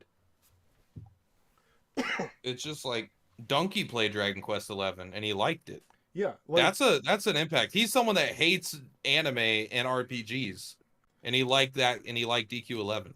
but like this isn't big brain stuff. I mean, I would assume that you guys agree with me at least in some level. Like, I mean, this is basic stuff.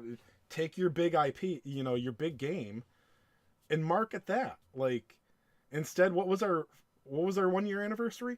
Dragon Quest fucking 6, literally the least played like between that and 9. Which I understand people like 9, but it was not popular because it was on the 9 DS. was different. I mean, 9 the was reason different. they can't make 9 is because of how they structured the mobile I or mean- the data aspect with all the extras. I played 9. I enjoyed 9, but I can see why they'll probably never. But I do mean, a what remake game is that. on top of like Dragon Quest games that you didn't finish? Like, you know, it's either 6 or 9 at the top of Dragon Quest games that like people didn't finish, right? I believe so. I mean, I think no, it's like, 6. Yeah, 6 and 9. And you know, 7 technically, would I be think below 9 it, is more because of the downloadable content. Not most No, yeah, people they 9's a played whole through, different they beat the situation. game and they stopped doing the downloadable content. I think I got through like maybe half the EX missions before I put the game down. I'd say I it's mean, like even 6, 9, 7 in least popular Dragon Quest games. I think that's probably pretty easy to agree upon. But yeah, so The reason I think 7 is much higher up is because it got a remake on the DS. oh yeah, So it's a 7 distant third. But in terms of like unpopular Dragon Quest games, like 6 and 9 are at the top, and then I would Okay, say here's the 7's thing. probably I couldn't. I'm someone that's played Dragon Quest most of their life. I've played and beaten 1, 3, 8, and 11. I couldn't tell you a single thing about 2, 4, or 5. I know nothing about any of those games. yeah, and Like I don't know the dude, you're premise or the typical. characters even. And that's the thing. Like I said, everybody played. If you like Dragon Quest, you loved 8 and you loved 11. You know, like there's they may not be your favorites, but everybody that likes Dragon Quest likes those games. And If 11 is not your favorite, you've got fucking nostalgia glasses on. 11 is so fucking good. It's one of the best RPGs ever made. that's completely accurate. Like it's kind of like I hate to, because 11's not my favorite. I think 11 is the best game. Obviously, if you're gonna play a game right now, 11's the best. But like I have way better memories of 8 and like even the Nintendo versions. So like it wasn't my favorite to play, but like 11 is a goddamn masterpiece. I mean, I played 11 twice because I tried out the 2D mode when S came out. I was like, That is the kind of effort that makes me fall in love with Dragon Quest and breaks my heart about tact. Dragon Quest 11 was crafted with so much love and care and attention to detail from start to finish. The entire experience was just like the greatest JRPG of all time, you know, rivaled by maybe a few of the greats. But like, and then to see like the same exact IP, same exact, you know, sounds, menus, characters, and just get treated like shit, it's like that sucks. Like, why can't you show love to the game in all aspects? But they literally have characters that there's a draconian quest. You can't buy items from shops. There's a guy that has like an outfit later in the game. You can go into a bidding match between him and his brother for the outfit. And normally in the game you could do that. You get it down to like almost free, $1,000, and you could then buy it. But if you have that draconian quest on and you're in the final third of the game and you go talk to those guys, after you go through all this dialogue, the guy will be like, "Are you telling me you're on a draconian quest? You can't even buy this after haggling me down all this much? That's really messed up, you know? Just take it for free." It's like they thought that through all the way to the end of the game. Like that draconian quest and that specific thing has a unique interaction. Like that's the level of detail that they put into this game. Polish, yeah. But yeah, And that's the thing. Like, you know, Kage, you mentioned this almost exactly. Like looking through other gacha, and I know that you're pretty happy with Tacticus, but like you're still like, man, it's just like it's not the same level that DQT was. Like the games are on different levels. You may enjoy the end result better in Tacticus, but like, you know, well, I going through enjoy menus the and guild system. stuff- I mean, essentially what I was looking for to begin with was a game that had like a real guild system, and when Dragon Quest got that, I was like, oh, cool, we're gonna have the JP version, which has the chat, which had, you know, and then we got fucking stickers. Like we got fucking stickers. Like you had to have Discord to have a relevant guild. Nobody was gonna be able to use Mendini stickers to say go attack number 5. Like what the fuck? can I say that about Tacticus, I don't know, I played maybe a little over a week, maybe a week. I think about 10 days. And it was I never for even a second understood LOS. Like I would be like, all right, they're on a cliff, but they're not on a cliff. I can't walk there. There's no indicator that I can't walk from this square to that square. Sometimes when a tile was on fire, it wouldn't let me walk on that square, I guess.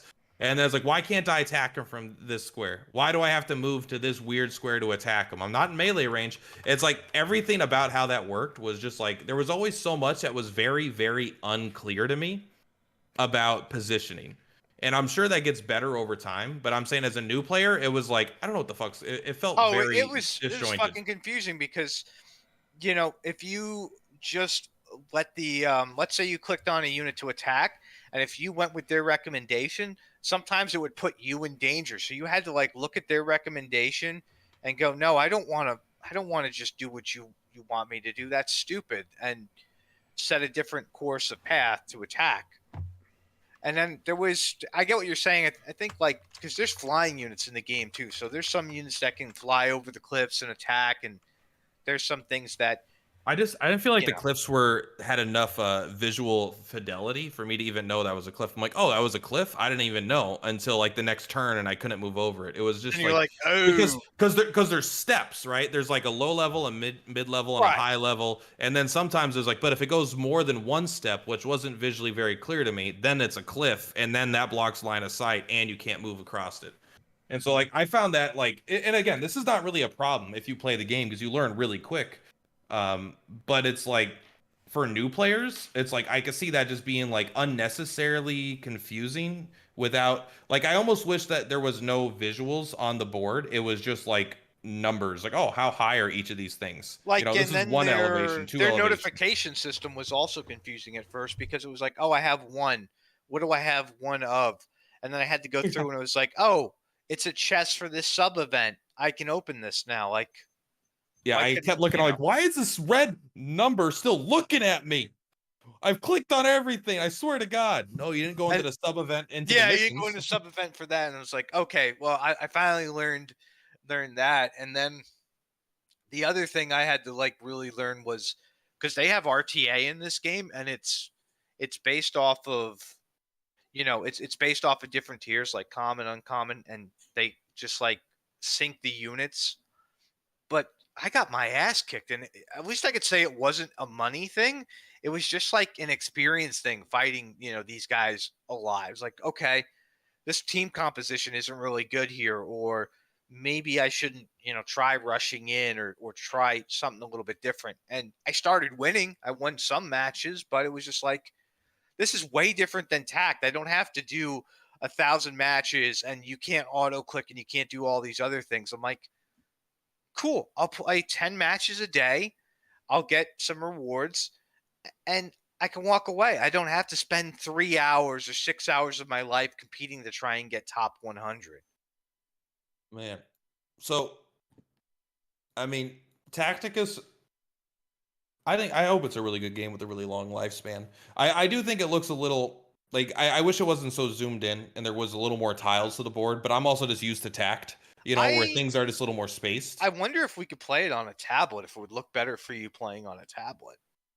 I bet it probably Maybe would. it is more of a tablet game. So do you think sorry, to kind of loop back, do you think Dragon Quest Champions is the most likely thing we're gonna get next? It's doing poorly in JP, so I don't know if it'll even make the light of day here. So if we don't, realistically, the next type of Dragon Quest mobile game we'll probably get shit. Maybe Keshi the puzzle game. Maybe that'll come over here. Man, they gotta have a turn-based something. I mean, it just seems like I mean, maybe it's not an untapped market.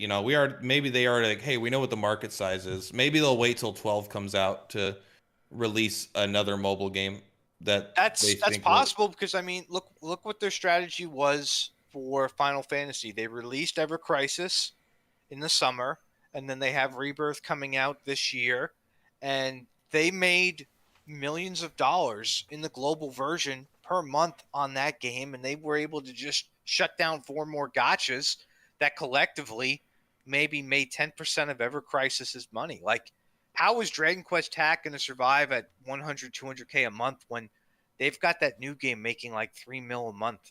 Oh my Like, God! there's no point. There's no point to How leaving it up. how many months does it take for Ever Crisis? I know it's already ahead now, but how many months will it take for Ever Crisis to make more money than Final Fantasy VII Remake and Rebirth combined? Well, I mean, it would have to not shut down at some point, and it would have to keep making.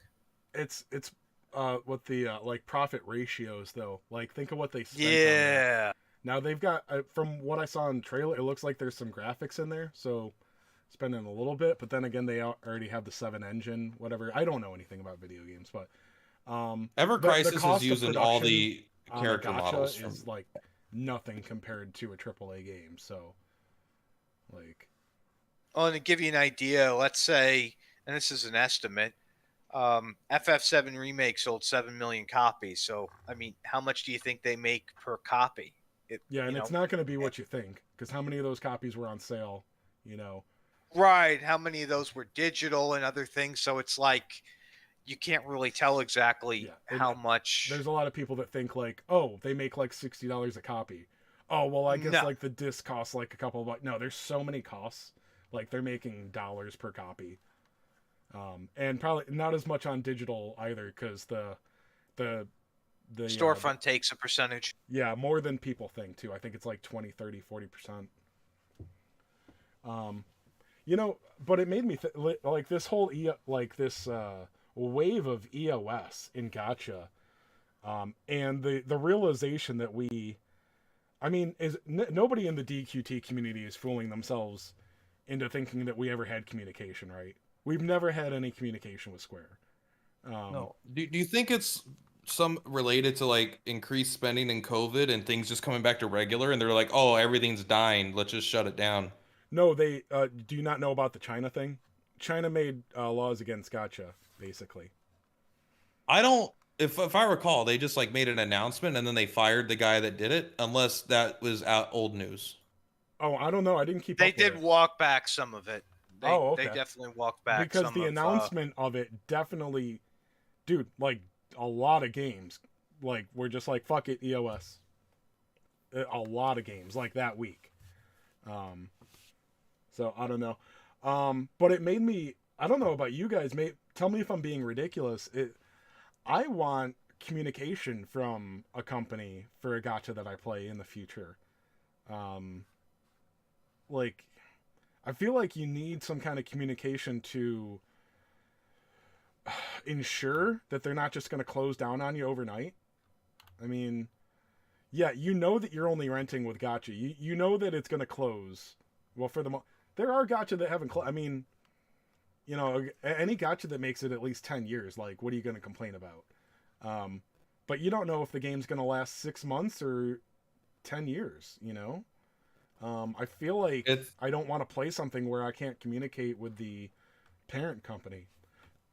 So to give you an idea, Ever Crisis 3 months ago made 11 million, 7 million in JP, 4 million in global. So I mean, realistically, it would take them maybe 3 years of operating to get the amount of profits that FF7 remake I'm got. fairly certain. I know Three that years of a mobile game. I don't know about spending. I know that gacha audiences drop off big time.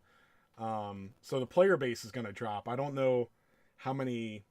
Obviously, spenders are going to stay around. I just Longer don't than know what free-to-play, there is to but- really spend in the game if there's no like PvP or guilds or anything. Like what? Yeah, so I don't see it I being a don't long. I don't understand that. But anyway, it's been a while. Do we want to move on to question 3? We're only on question 2, right? No, question 3 was the next Dragon Quest gotcha, what form it would take. I had never heard of Champions, so I thought maybe you guys would have more speculation besides having definitive As far answers. as I know, it's out in JP, but yeah, there's been nothing. It's awful. There's it's awful, like I man. said, even as a gaming company, maybe I'm just not in the right channels, but like there's no communication with Square Enix. Like, why are they not pimping out trailers of upcoming games?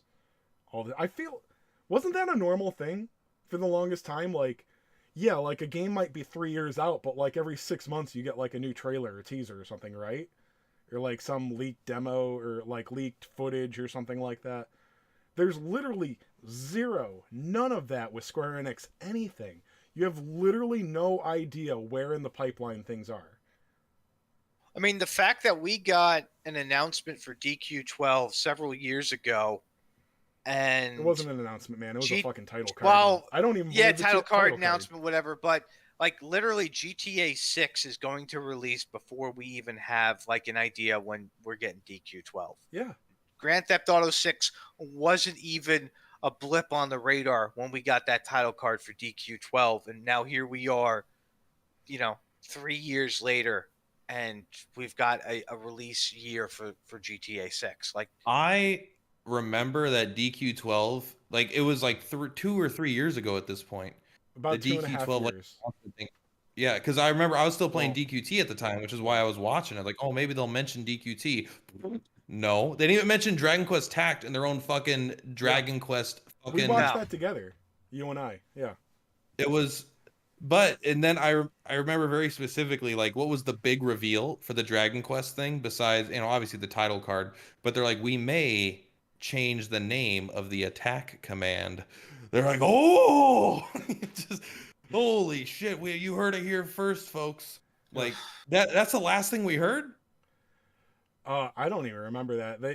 They like keep teasing that they're gonna change like basic parts of the Dragon Quest plan. And it was like, which basically every time they say anything about 12, they're like, every player is like, they're gonna make it fucking action or something like that. They're gonna take. Please away fucking turn-based. don't. Please just don't. Listen, That's like the end. this Then is it's just Final Fantasy. Then it's just Final this Fantasy. is what I with always cute say. It's like monsters. Dragon Quest perfects.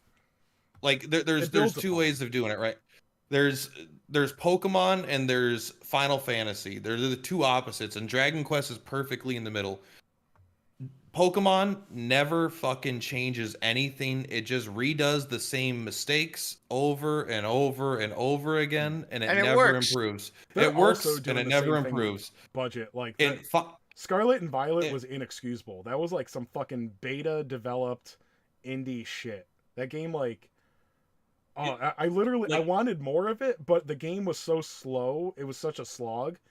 I'm like, fuck it, I'm done. I beat the story, no DLC. Anyway, that's So a like whole other... Pokemon refuses to adapt or like improve itself, while on the exact opposite end, Final Fantasy has to fucking define what Final Fantasy is every single time a number comes out. It's like you thought you knew Final Fantasy. How about nothing is the same ever again? Like everything is like a whole brand new franchise. They have this in strategy Dragon Quest. that sorry, I think they think they're gonna keep everybody that bought the last Final Fantasy, and then get every single player that likes the new things that they're gonna add. It doesn't make any sense Yeah. because and then like Dragon Quest is perfectly in the middle, right?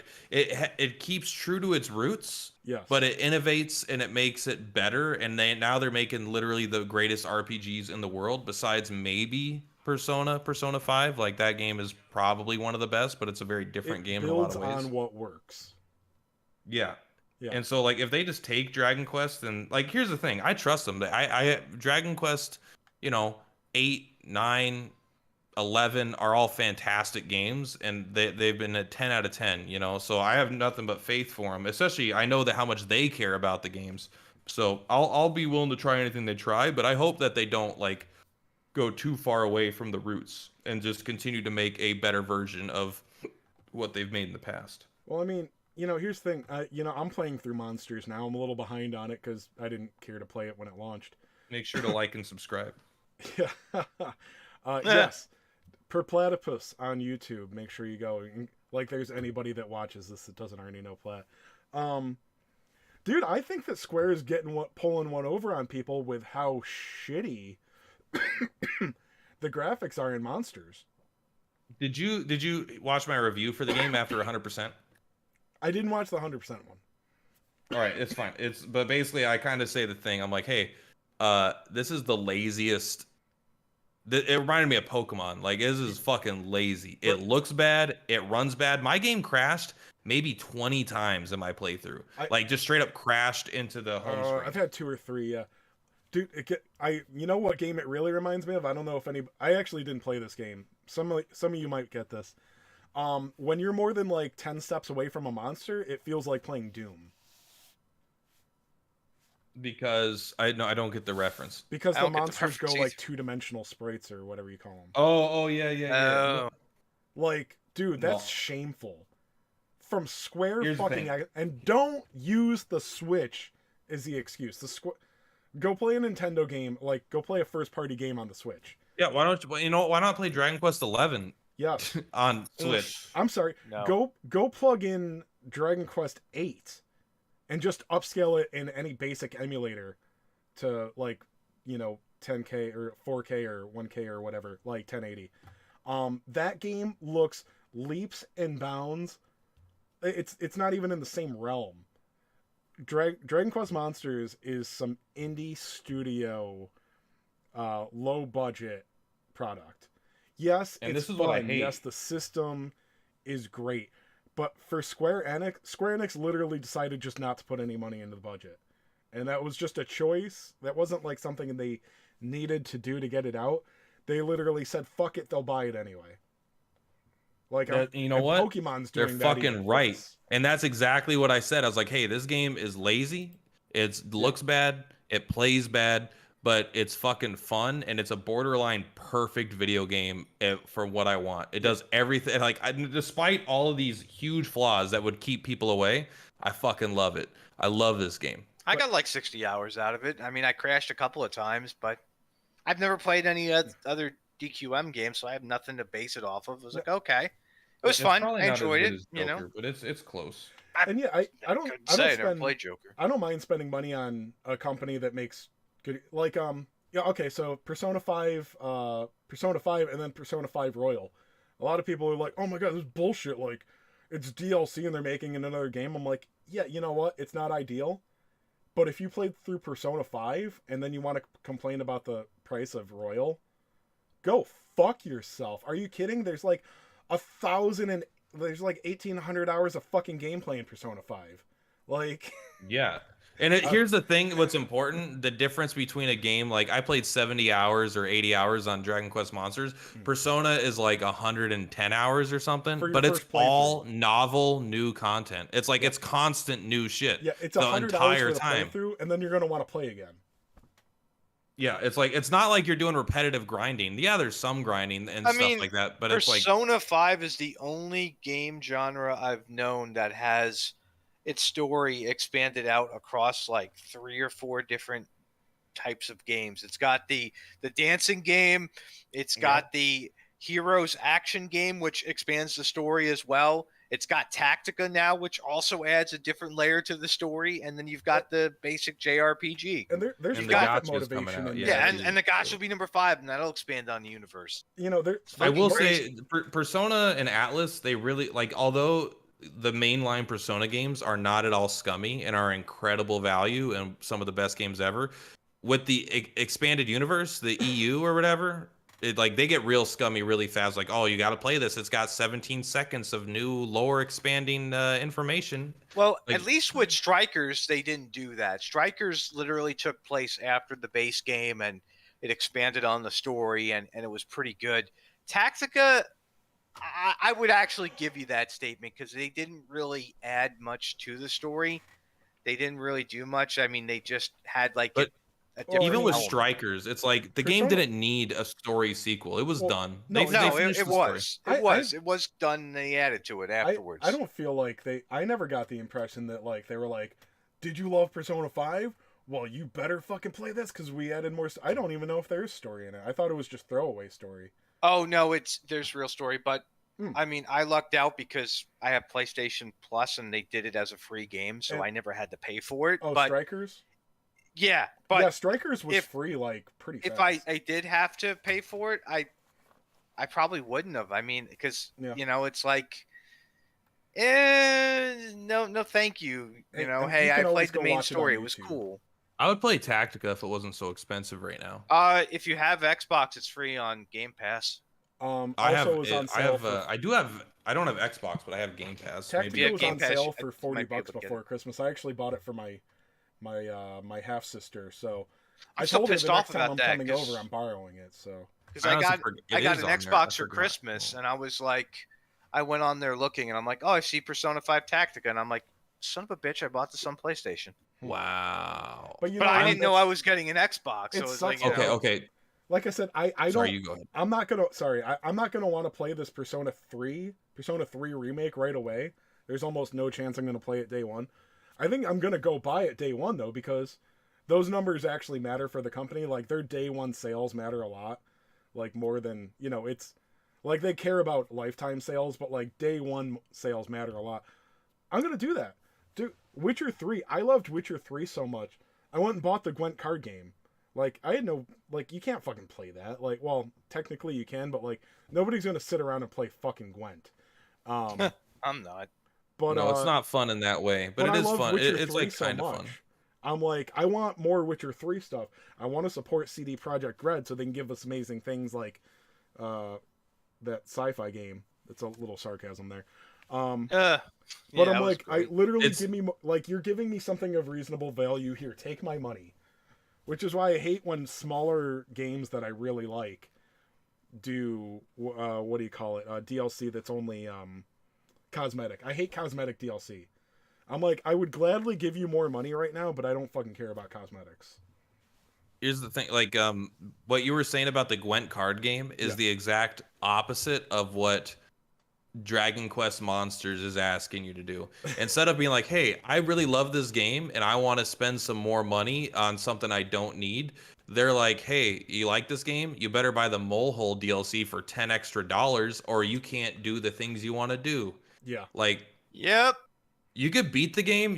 I beat the game without doing the Molehole DLC because I wanted to beat the game without doing that. Then in the post game, when I was trying to complete the Pokedex, like imagine if the Pokemon, they might even do this, I don't know, but they're like, hey, if you want to complete the Pokedex, it's going to cost 10 more bucks. And that's literally what Dragon Quest Monsters does. Well, And technically, people they do that fucking, though. I, I bet they do when they sell Well, two they versions, yeah stuff like that. they But do it indirectly because they sell like a service to transfer Pokemon, and you can't complete the full Pokedex per game unless you move Pokemon over. So they know how to fuck people. you could cheese it with online and getting people to trade with you, but Oh, okay, but that's a pain in the ass though. yeah, in DQM, it's like people also like I made a video saying like you shouldn't have to buy this DLC, but you probably should buy it. Like you shouldn't have to buy it because it's a fucking scummy DLC and it's pay to win. All right. But Here's the thing. people are like, I have no problem paying for it. Like this is a great value for my money. And I'm like, but they created the problem and they're selling you the solution. It's not like there was no way around this. They could have just put it in there as post-game content. Basic game design 101. All right, Here's yeah. a problem we created. Pay for it, please. Here's the thing, and this is only because I just got a $25 gift card to Chili's in my inbox. I'm actually gonna take the video games side here. I hate saying anything in support of Square Enix. The day, because it's day one DLC or close enough. It is bullshit. I'm like, dude, this is obviously just part of the base game. But here's my thing. A lot of people will be like, it's actually cheaper to make video games now, which I don't fucking believe. Bro, guys, how much have video games always cost? How much was a Nintendo game when we were fucking 10 or 5 or whatever? Between $50 and $80, but Yeah. it wasn't always $59. Toys R Us had them for like $70. Yeah, I'm actually Dude, Exactly. wondering, prices were all over the place. They were like We're- varied. Video games should be costing like $200 a pop right now. So the fact that they pretty much, you know, the people that can spend more get put on the hook for DLC. That's how we still get games at $59.99 retail. Honestly, it seems scummy, but honestly, like that's why video games still cost $59.99. So honestly, I mean, can't I've got complain. no problem with the DLC. The problem I have is when you have a game like Diablo 4, they charge you like $70 and then they want you to pay $40 for a fucking costume or a battle pass or all the other shit. Yeah, Like, exactly. That's where I draw the line. It's like I already paid for the box price. I didn't have this bullshit in the older Diablo games. You know, let's Well, that's what I'm let's saying. not do that. Like JRPGs are not very popular, so when there's a good JRPG, I like to support them. And it's like, all right, I would buy the DLC, but it's either overpowered items that are just going to cheese the game, or cosmetics. I'm not spending like $30 for cosmetics. Like, you know, give me Yeah, a lot of bonus those games dungeon do or it. Even something. like the dungeon crawlers, because I was playing a couple, you know, throughout the year, and the DLC was like costumes for characters I have no idea about, or like level boosters and stuff. And I'm like, that's just gonna kill the amount of hours I put into the game. I don't want to do that for extra money. Yeah, That's and stupid. it's like I would like to support this company, but I'm not going to spend money for cosmetics. You know. No, honestly, I should probably get over it. I still think it's kind of bullshit, but like here's it also does the suck thing, when it's maybe a day one. hypocrisy. I'm like $60 and a $10 DLC. I'm like that's horseshit. $70 game that includes the $10 DLC but it's not called DLC. I'm like, hey man, that's just the cost of game dev. You know, they just had to make the game 10 more bucks. Yeah. But the fact exactly. that they chose a very specific, very useful thing to remove from the game to then charge for it. I'm like, I would rather you just charge me 10 more bucks and then put in those stupid fucking those extra dungeons and the extra chests too, you know? I mean, and this is all very rich coming from a gacha player who spent hundreds of dollars on fucking JPEGs, but Dude, like, have you ever gone and seen it? Like, dude, my favorite thing is any kind of like live show now. Like going to a concert. Like I don't mind paying $100 for a concert ticket. Well, that's a bit high. I actually don't want to pay that much, depending on the band. But $75 and $25 in fees makes me lose my fucking mind. And if you've gone to a it's like, oh, concert here's the recently, you convenience know that fee. those numbers are pretty close. Well, and this value proposition has changed over the years because at one point it used to be you would pay like $12 to $15 a month to play a game. You'd buy the game for $60, you do the subscription, and then some fuckweed was like, man, I like this free-to-play game better. I spent $400 in it last month, but I won't pay for that $13 a month game because I can't play it enough. It's like, the fuck? There is there's definitely an imbalance and maybe like an inconsistency in my attitude, but it's like, I guess when you download a free-to-play gacha, you know you're eating the dick. You know, when you're buying a single-player box price game, you're like, hey, you get halfway through it and you're like, uh-oh, there's dick in this. Uh-oh, there's a big old... I didn't see the dick halfway down. It wasn't until I ate half the cake I found out that it's laced with dicks. You know? Does that make sense? It doesn't all have to be dick eating. I'm just trying to give something that you guys can all relate to. Does anybody else want cake now? No. Can dick cake be a thing? Anyway. I think it's about time for me to go to bed soon, though. Bro, oh my god, thank you for not making me be the one, because I don't know if you guys noticed, I took a piss break when you guys were going on about your fucking gay tacticus game. But yeah, bro, it's my bedtime, and we're like 8 hours past Pack's bedtime. But yeah, we're definitely past the bedtime. I need to stop calling him fucking Pack. Anyway. Just call me Plat Demon. Plat Demon. Let's just call him Doubt Pack. I got Kage, closing thing here. Who do you want to... God, who was more fun to rip on, Pack or Nibs? Well, you know what? Nibs was funny. Pack was like... You know, at least Nibs knew who he was. That's the thing. You know, Nibs knew who he was, what he stood for. Pack Demon, it's like he's playing a character every other week. You don't know what you're going to get. Kage, stop. It was a troll. It was a troll. You don't understand what a troll is. Look, you just need to understand what a troll is. It was actually very funny. You don't understand. Oh, okay. Sorry, his like defense video was him literally being like Kage, king fucking troll himself, doesn't understand what a troll. He's talking about like the guy went on for like 45 minutes about the art of trolling because we all just don't understand what trolling is. The fact you watched that for 45 minutes is fucking godsend. And I turned off his ability to comment in chat, so if he's still watching, he's probably losing his fucking mind right now. I know. Has you your took wife away PM'd his you during rights the like stream, the dude? Turks did. He's PMing Lady Kage. At least he was. He's crying. Oh, probably. So you'll get to hear about that. I'll find out about it in the morning. Share some of that with me tomorrow. Sure. It'll be fucking great. But in closing, if you're playing the Japanese version of DQT, I hate you. If you spent money on the Japanese version of DQT, you hate yourself. I think that's all. All right. All right, that's Kage sign off.